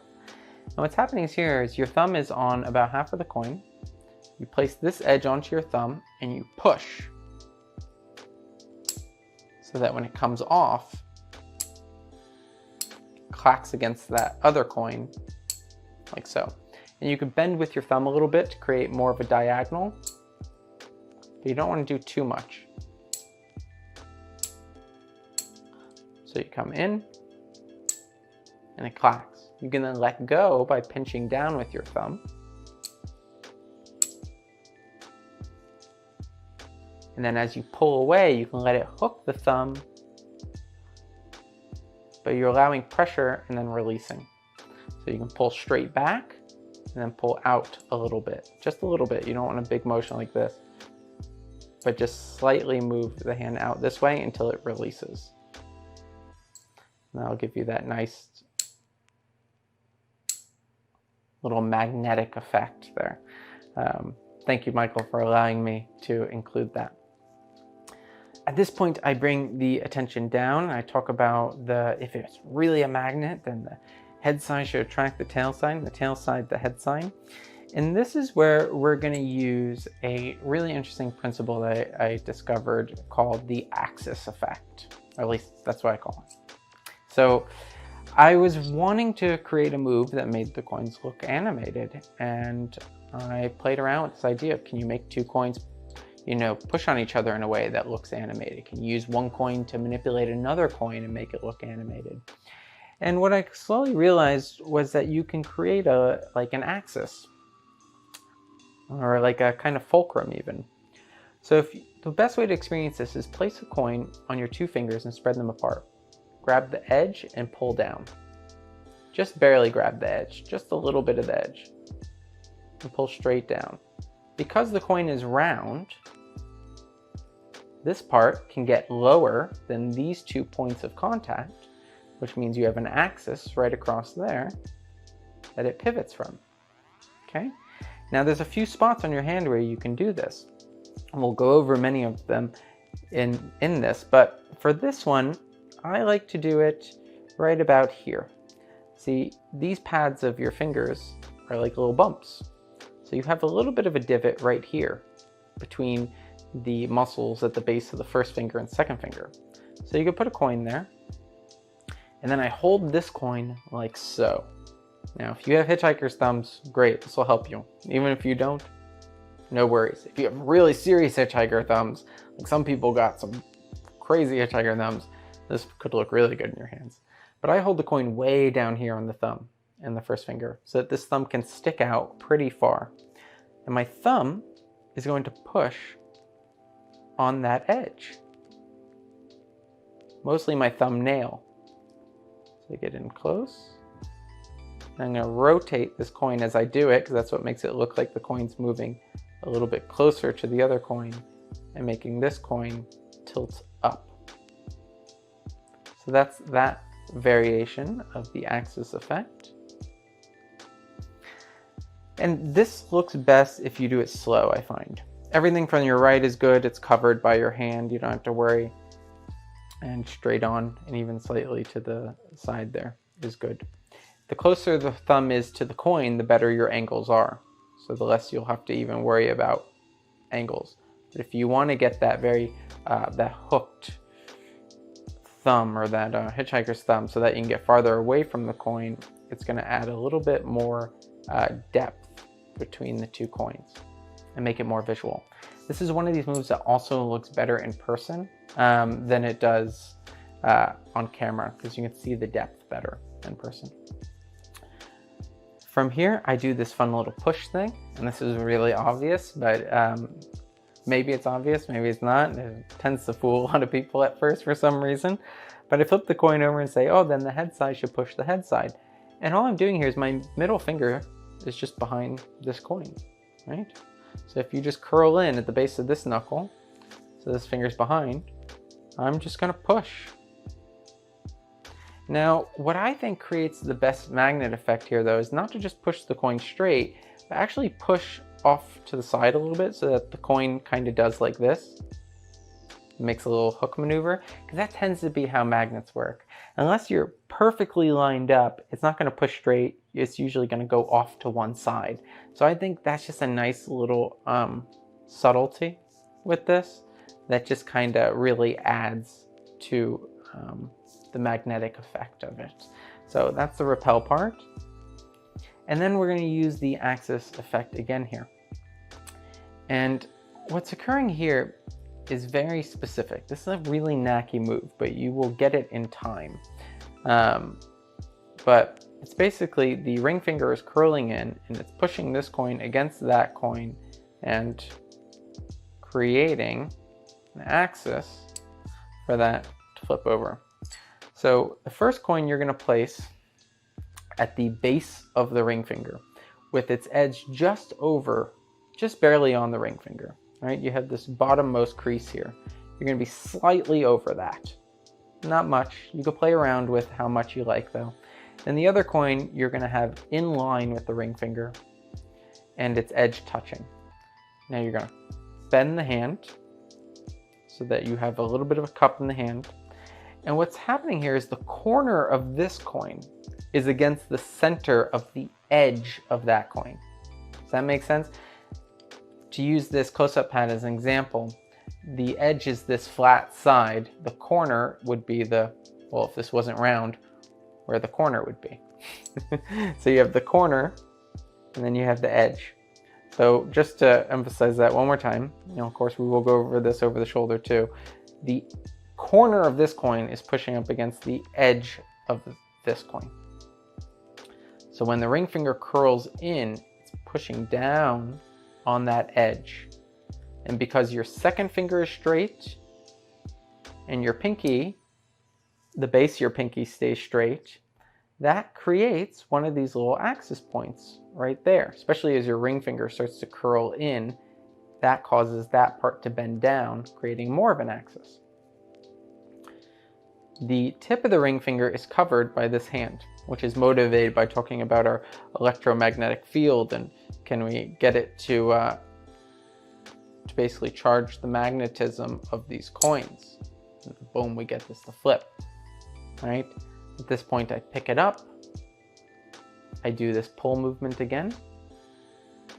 And then I'm going to balance the coin top, but kind of make it look like it's magnetic. For me, I found this is as far in as where the ear is on the Morgan, but you can just look at this on whatever your coin is. And I go, great. I look up, and as I look up, I tilt the coin just slightly enough to let it fall. So I go up, still a little bit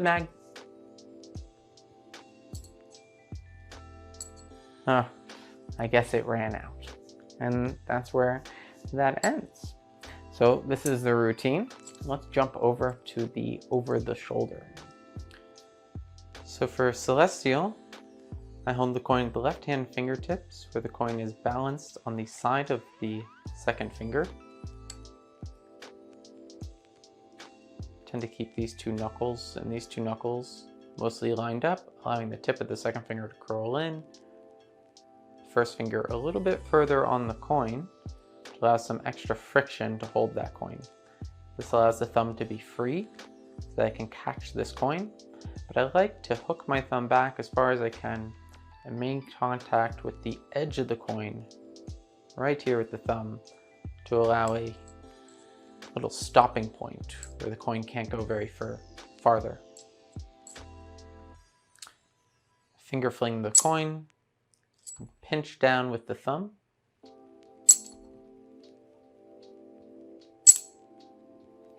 Which I accomplish by allowing the coin to come in at a slight diagonal, like so.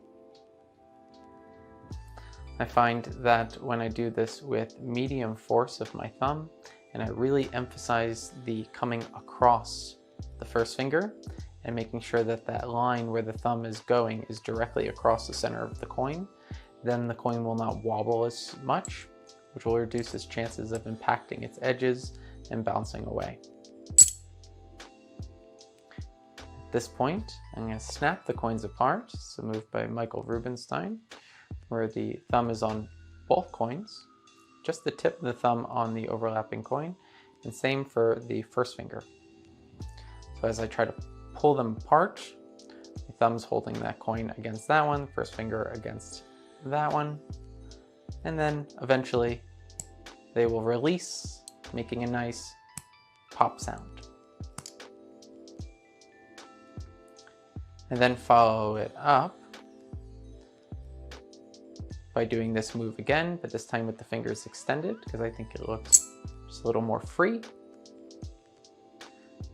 Followed by another Michael Rubinstein move, pulling the coin away like so. This is accomplished by allowing the tip of the thumb to maintain contact with the edge of the coin, and a loose enough grip with these fingers that you see the coin pivot from its position at the tip of the fingers, but then enough pressure between the first finger and thumb to then snap the coin away from the tip of the left thumb, hence creating this nice little magnetic effect. You can also get a snapping forward effect. It's also Michael's, pushing down, allowing it to slide off the thumb and onto the coin, like so. You can gauge the angle of your thumbnail, which you may find to be helpful for accomplishing this effect. At this point in the routine, I move my hands down and I place the coin between my first finger and second finger at the base. There's a divot here between these two muscles that allows us to do the axis effect. If you hold the coin farther down on the thumb, all the way down at this first crease, tip of the first finger, you can get some bend back in the thumb, creating some distance between the two coins. Push down with the thumbnail directly on the corner of the coin to get it to pivot up. I find this move looks best if the coin kind of comes up slowly and lowers slowly. I then flip the coin around, holding the coin like so between the first finger and thumb, with the second finger underneath where it is hidden, where it can come in, make contact with the edge of this coin, and push it. If you push as slightly off from center, then the coin should do a more of a arched movement, which I believe responds more closely to how a magnet tends to look. At this point, I do the next axis effect, where I place the coin on the pad of the hand with its edge slightly overlapping this crease at the base of the third finger. You could play around with how much you like it to overlap. For me, it is not much. It's just about the width of the edge of the coin to the bottom of the letters on a silver dollar. This coin goes centered on my ring finger, and I bend the fingers to create a V shape with that point being here. So this is the lowest point in the hand at that, once this position has been taken. You may find it easier in the beginning to really exaggerate this overlap for this effect.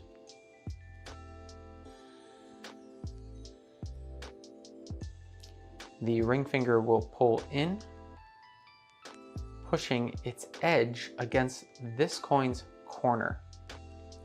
So the edge, the flat side of the coin, will be pushing against the corner of this coin, the L-shaped part of this coin.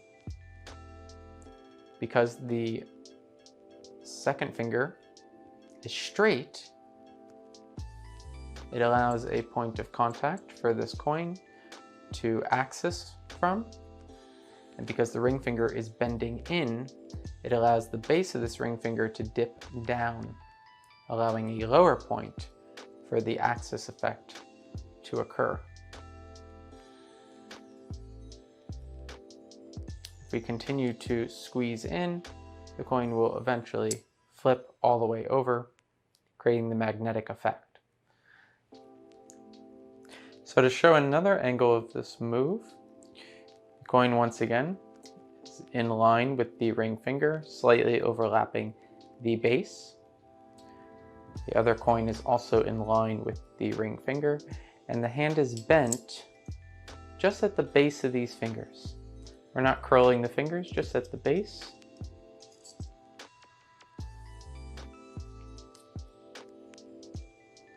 And as the ring finger curls in, we want to keep this coin as parallel with the second finger as much as we can. We don't want to lift it up and away. We want to just curl in straight with the ring finger. This could really help to practice doing this.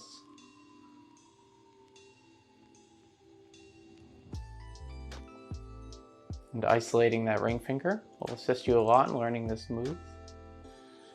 This way, when you do the movement, this coin stays parallel with that second finger, which is straight. Once again, pulling in until the coin flips over. Finger is bent, ring finger curling in until the coin flips over. The ring finger will be covered by the left hand, like so. I place fingers up against the second finger, where this finger is hidden behind. This is motivated by talking about using my electromagnetic field to try to stimulate the coins to move or increase their magnetism. As my hands come away, my ring finger is going to straighten. I'm going to pick up the two coins and do the pull move once again.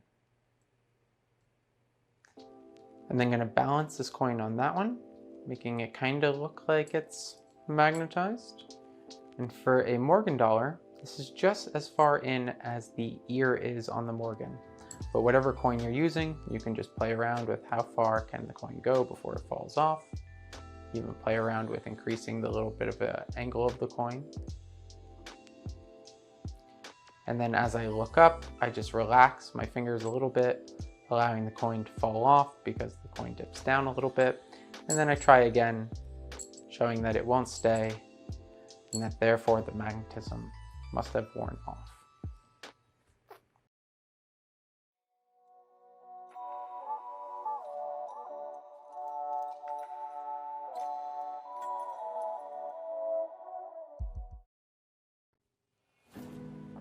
One of my favorite things to imagine is what it would be like to travel through time.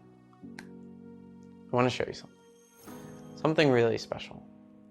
Something that has traveled through time. But it's not the little purse, it's what's inside. This is an American silver dollar from 1879. This coin is over 100 years old, yet exists in this moment. It's kind of like a little piece of time travel, or at least it feels that way to me. So much so that I can even imagine what time travel would be like. Even a small moment, like a coin falling over.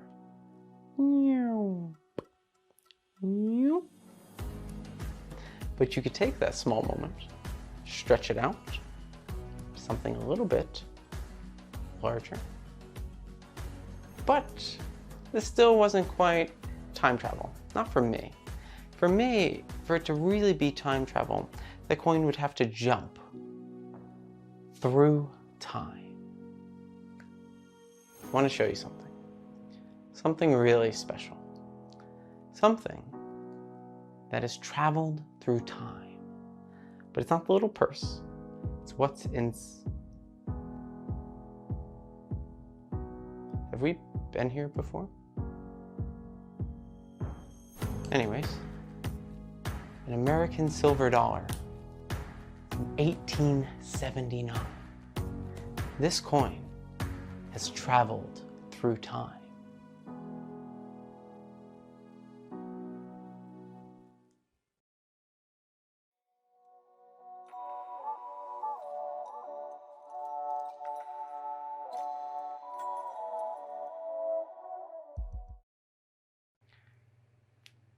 So I'm so excited to share Through Time with you. This routine had a huge impact on me. I really wanted to just create a good time travel plot. And I believe in the rule of three, that a good routine has to have at least 3 phases, usually. With the exception of discombobulated, which is meant to be an kind of spontaneous weird thing that happens and then we move on to a routine. But anyways, I tend to believe in the rule of 3. So I had the anti-gravity coin with the finger fling, and I figured I could do something where the coin vanishes at the end and reappears where it started. But I wanted one more piece of animation.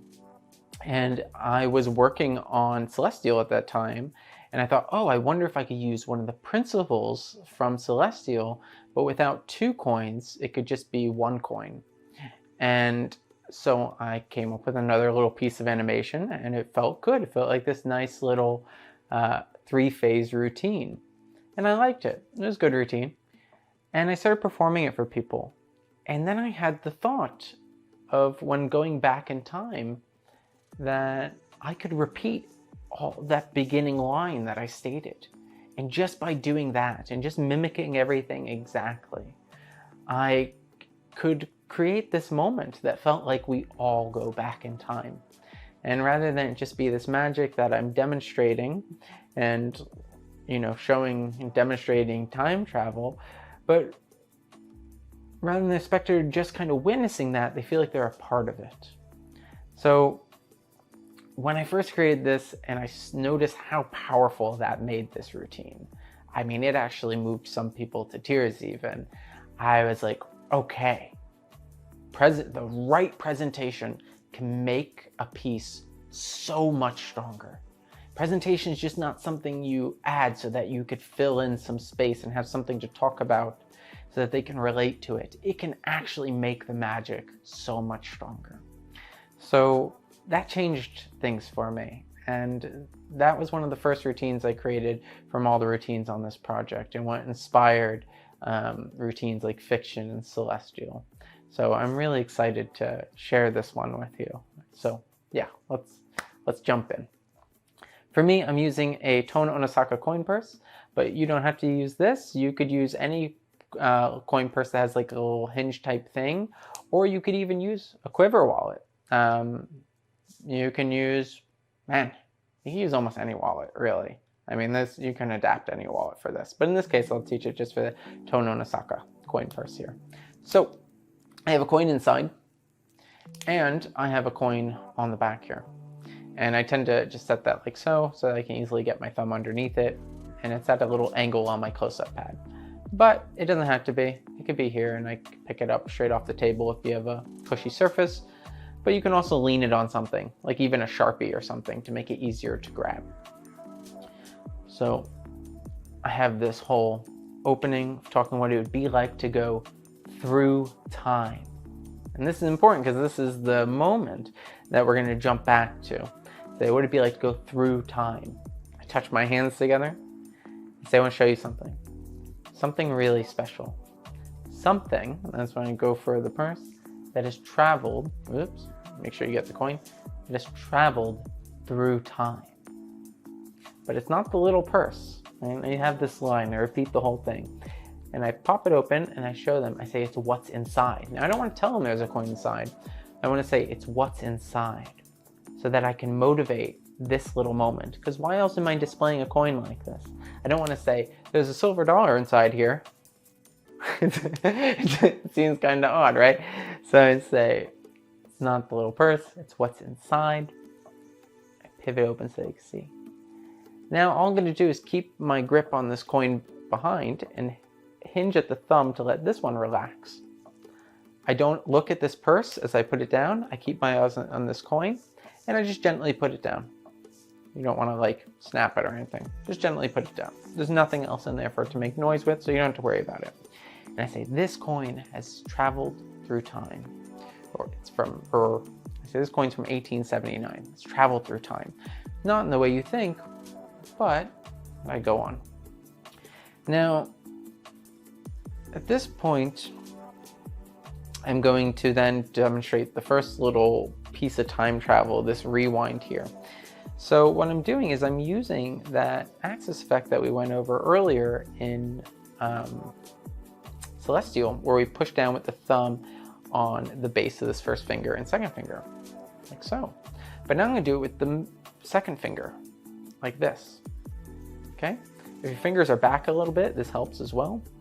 So I'm going to grab here, place it here, place it so that when it falls where I need it to. My second finger is going to touch that edge and push so that it rewinds back up to the first finger and thumb. And that's it. Oh, shoo. Well, let's try it again. Shoo. Or sometimes I do it here on the tips of the fingers like so. And what I do here is I drop the middle finger a little bit and I bring the ring finger and first finger in so that I have a little bit of a divot there, and I use that divot. And that actually works a little better, so I tend to like this one sometimes more. I think it actually looks a little bit more visual even. And because the thumb's the second finger is a little bit recessed, it allows that middle finger to hide behind that first finger a little bit. This middle finger to hide behind that first finger a little bit. It makes that little pivot a bit easier. So that's that first move. Then I have this moment where I drop the coin. I like this dropping and catching because you want to rewind time here, so I think it's important to catch it. This is tricky, but with time you'll get it. If you touch your middle finger to your thumb right about there, and then press your first finger like this, it gives a point where it can hit that middle finger and give you a second longer to be able to catch it. So think of it like that, of turn a little bit and let it hit that second finger. And then play around with closing the gap and getting better and better at it, okay? Then you'll move the thumb down as you gesture into position, open the fingers.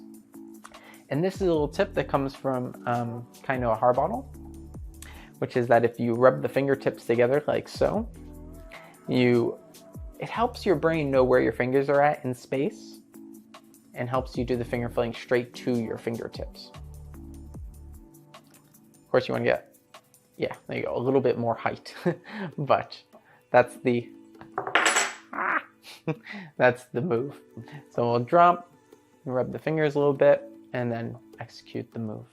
At this point, I take it back, and we're going to do the finger fling table vanish. I just came up with that name on the fly. I didn't name it beforehand. Here I am, creating another cheesy name, because I don't plan ahead. ADHD, it does that to you. Anyways, the finger fling table vanish. We're going to use the finger fling for this. And what occurs is this. I finger fling the coin, it hits the palm, and that palm follows it down to the edge of the table. So it falls with the palm. So it's just kind of finger fling in, hit here, so it goes in at a slight angle, hits, it'll kind of stick there if you get to land mostly flat, and this pad of your muscle is going to stop it a little bit, and you're going to follow it down. I like to keep the fingers closed for this, because when you get here, which by the way, you execute this move right as your pinky is getting in front. Don't wait too late, or you'll see that move across the hand a little late. So right here, right about there, right as the pinky is basically touching the tip of the first finger. You can even time it by practicing that. Brush the pinky on the tip of the first finger and make sure that the second that pinky's touching that first finger, you're executing the move. And then this hand continues past the edge of the table a little bit and comes back up. Not like that. Like so. Now I keep the fingers closed here because it gives us this kind of misdirect of, oh, maybe it's in the hand. And then you have this moment, right? I feel like if you do this, there's nowhere for their eyes to be kind of directed to, so they tend to think, oh, it must have gone off the table, or it must be in this hand, it can't be there. So I like these kind of two-step process of you're here, boom, it disappears. Is it in that hand? Nope. Is it in that hand? Nope. And that's when you say through time, right? And I say, for it to really be time travel, that coin would have to jump. And I say jump right before it vanishes through time. And I say, I want to show you something. Something really special. Something that has traveled through time. But it's not the little And then I look bewildered. And I look around at my environment. And I like this little detail. I'm not saying that this is just happening to me. This is happening everywhere. And that's why I'm looking around. Haven't we been here before? Right? So once again, I'm emphasizing the environment and bringing it in to say, oh, this is happening to all of us. Anyways, inside this, and now you can let them visibly see the coin fall out more. And this can often do a funny thing where they can swear you know how we blend memories sometimes? If you leave this slightly open like this, where you can see the edge and see it fall out, they'll think that's how they saw it the first time. And it would just make this little moment feel a little more possible in their memory. And I say, anyways, a silver dollar from 1879. This coin has traveled through time. So for through time, one coin will be inside of the purse, all the way to the bottom where you can feel it pinch at its edge. The second coin will be underneath the purse, also by the edge, so that it can be grabbed easily, like so. Once the coin is picked up, as you are opening the purse, you will push this coin forward so that you can feel the coin inside of the purse between the first finger and the thumb, while only supporting this coin very gently by just the tip of the thumb. That's all done as you are opening the purse to show the coin inside. And as we tilt down, my second finger closes the purse a little bit so that they can't see the coin inside, and releases this coin just by lifting the tip of the thumb and releasing the coin. I place the purse aside, and I execute the first movement, which is done very similarly to the movement we did in Celestial, where we are using this rounded edge between the first finger and second finger, and pushing down with the edge of the second finger. But I tend to prefer doing it here, where we drop the second finger a little bit and pull in with the third and first finger. So we create a little divot here. This gives a very easy place for our second finger to go. and for our first finger to make contact with our other first finger, allowing this first finger to cover the tip of this second finger, touching the coin. The deeper divot also allows us to do a more controlled rise, which means that we can do the rising of this as slowly as we like. You could even, if you wanted to, do a very kind of slow motion fall with practice. So we drop the coin, and we just place down the nail of the second finger, pushing down the edge of the coin, the direct center of where this second finger is. So we're pulling down, pushing down, allowing the coin to pivot upwards. So here, drop, and then we rewind to have the coin come up. We're then going to drop the coin, tips of the fingers, and shoot the coin back up using the finger fling. For the last movement, we will do a vanish using the finger fling, keeping the fingers closed as this hand waves. Right as the pinky is touching the tip of the first finger, we are going to execute the finger fling, where it's going to shoot the coin, stopped by this muscle. So allow the hand to be relaxed so that you have this natural kind of divot in the palm. And this hand will follow the coin down into the lap. At this point, this hand could be shown, followed by this hand being shown, and the hands can be seen empty. Once again, one continual wave. This hand will start above, wave down, just barely come to the edge of the table, where it will make its way back up,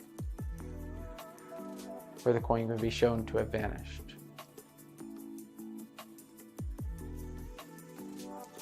At this point, we then pick up the wallet, display, and allow the coin to be seen falling out into the hand.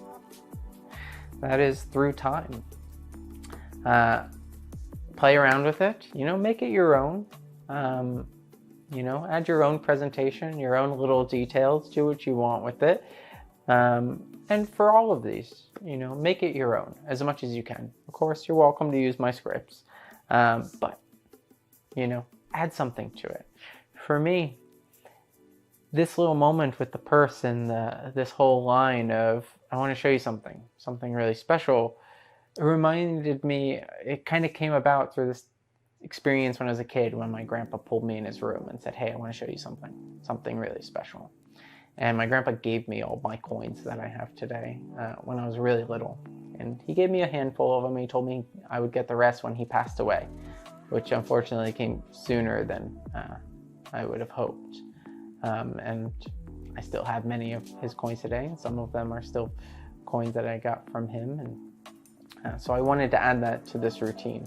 So do that with your routines. Take something special from your life, something you love, a memory, something you find passionate, and add them to your scripts, add them to your routines, and make them yours. It makes it so that when you are engaging with that routine and you're performing it, you perform it from here because it means something to you. Anyways, this is Through Time.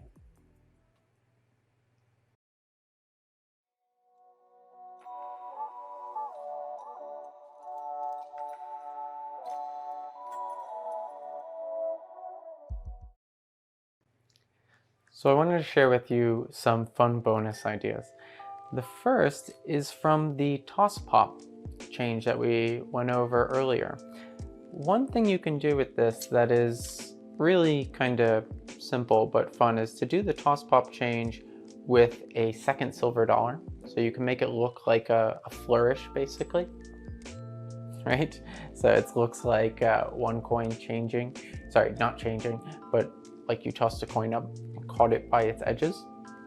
I actually posted a video on my Instagram where I flip two coins, they cross, and I catch them by their edges. And a lot of people thought I actually did it, but really I was just using this, the toss pop change and $4. Anyways, that's a fun thing you can do. Very simple. The other thing is using this as a production, and it looks like that. It's this nice little production that has this pop quality to it. So it really just pops into view. And all I'm doing here is doing the move for the toss pop change. And then once you're here, you're just gonna push down with your thumb so it releases that way. Right, so top releases off that way. And that's it. So you go here and push. And this is all one fluid motion. So it's here and then push. There's no pause. It's here, extend, and pop. It's a nice, just little production. Yeah, we'd call it the pop production, but I think that name already exists. So we're just gonna call it, we're gonna make this up on the fly. It's the pop production, which is not very creative, but you know me, never planning the names of my moves. Anyways, let's move on to the finger fling. There's so many fun things you can do with this. So, where do we start? You could do this with pretty much anything, by the way. You can do this with a quarter. You can do this with a $50.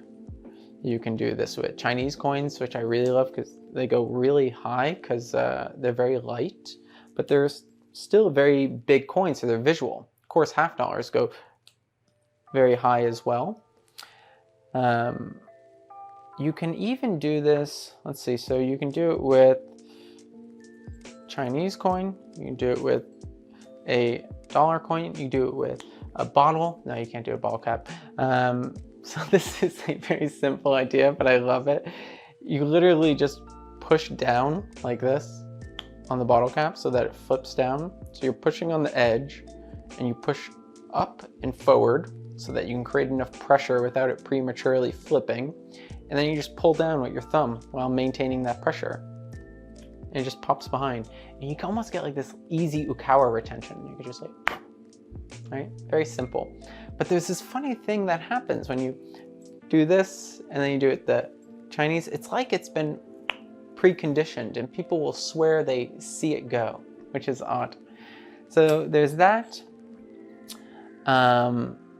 What else can you do this with? You can do it with a rock. And often, if you're by like a river or a beach, you can find these rocks that are already worn down. But anything that has like a little lip on it, sometimes you can find a rock that's actually very round shaped. It's not even flat like a coin.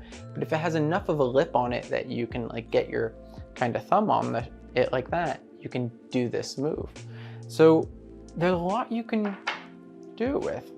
You could even do it with a coin purse or a fork.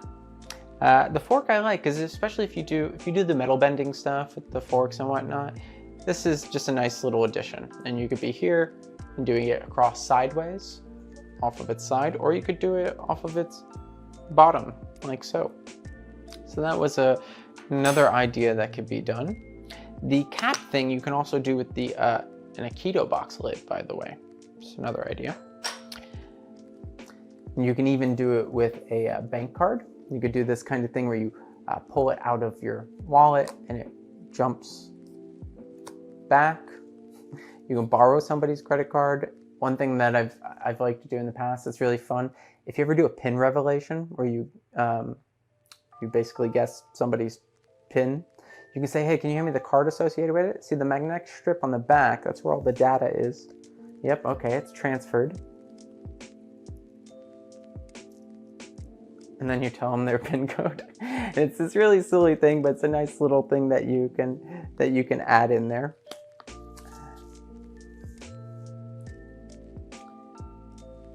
You can also do it with a playing card, which is pretty fun if you do any card stuff. For this, you don't want to be as far down on the first finger. Too much friction will get in the way. You actually want to be closer to the tip of the first finger and thumb.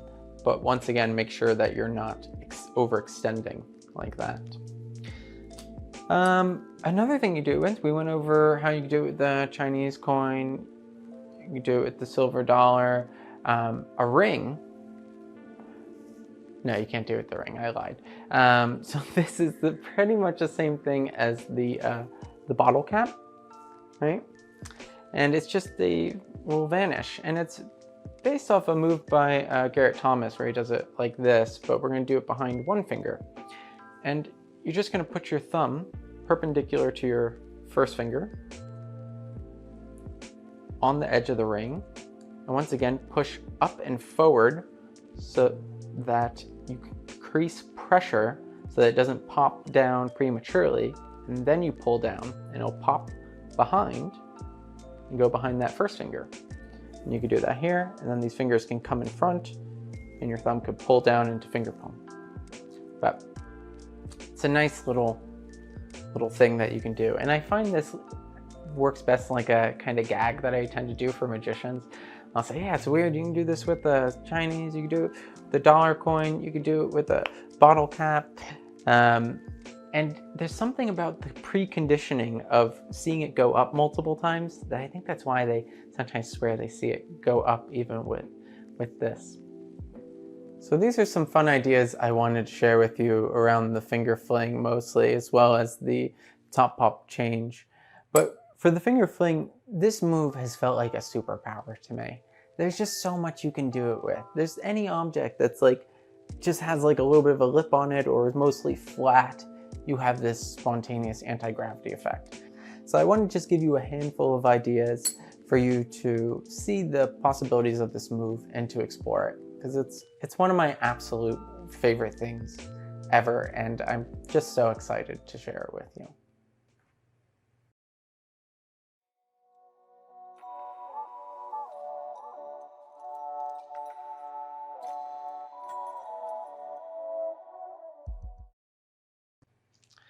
So thank you all so much for purchasing this product.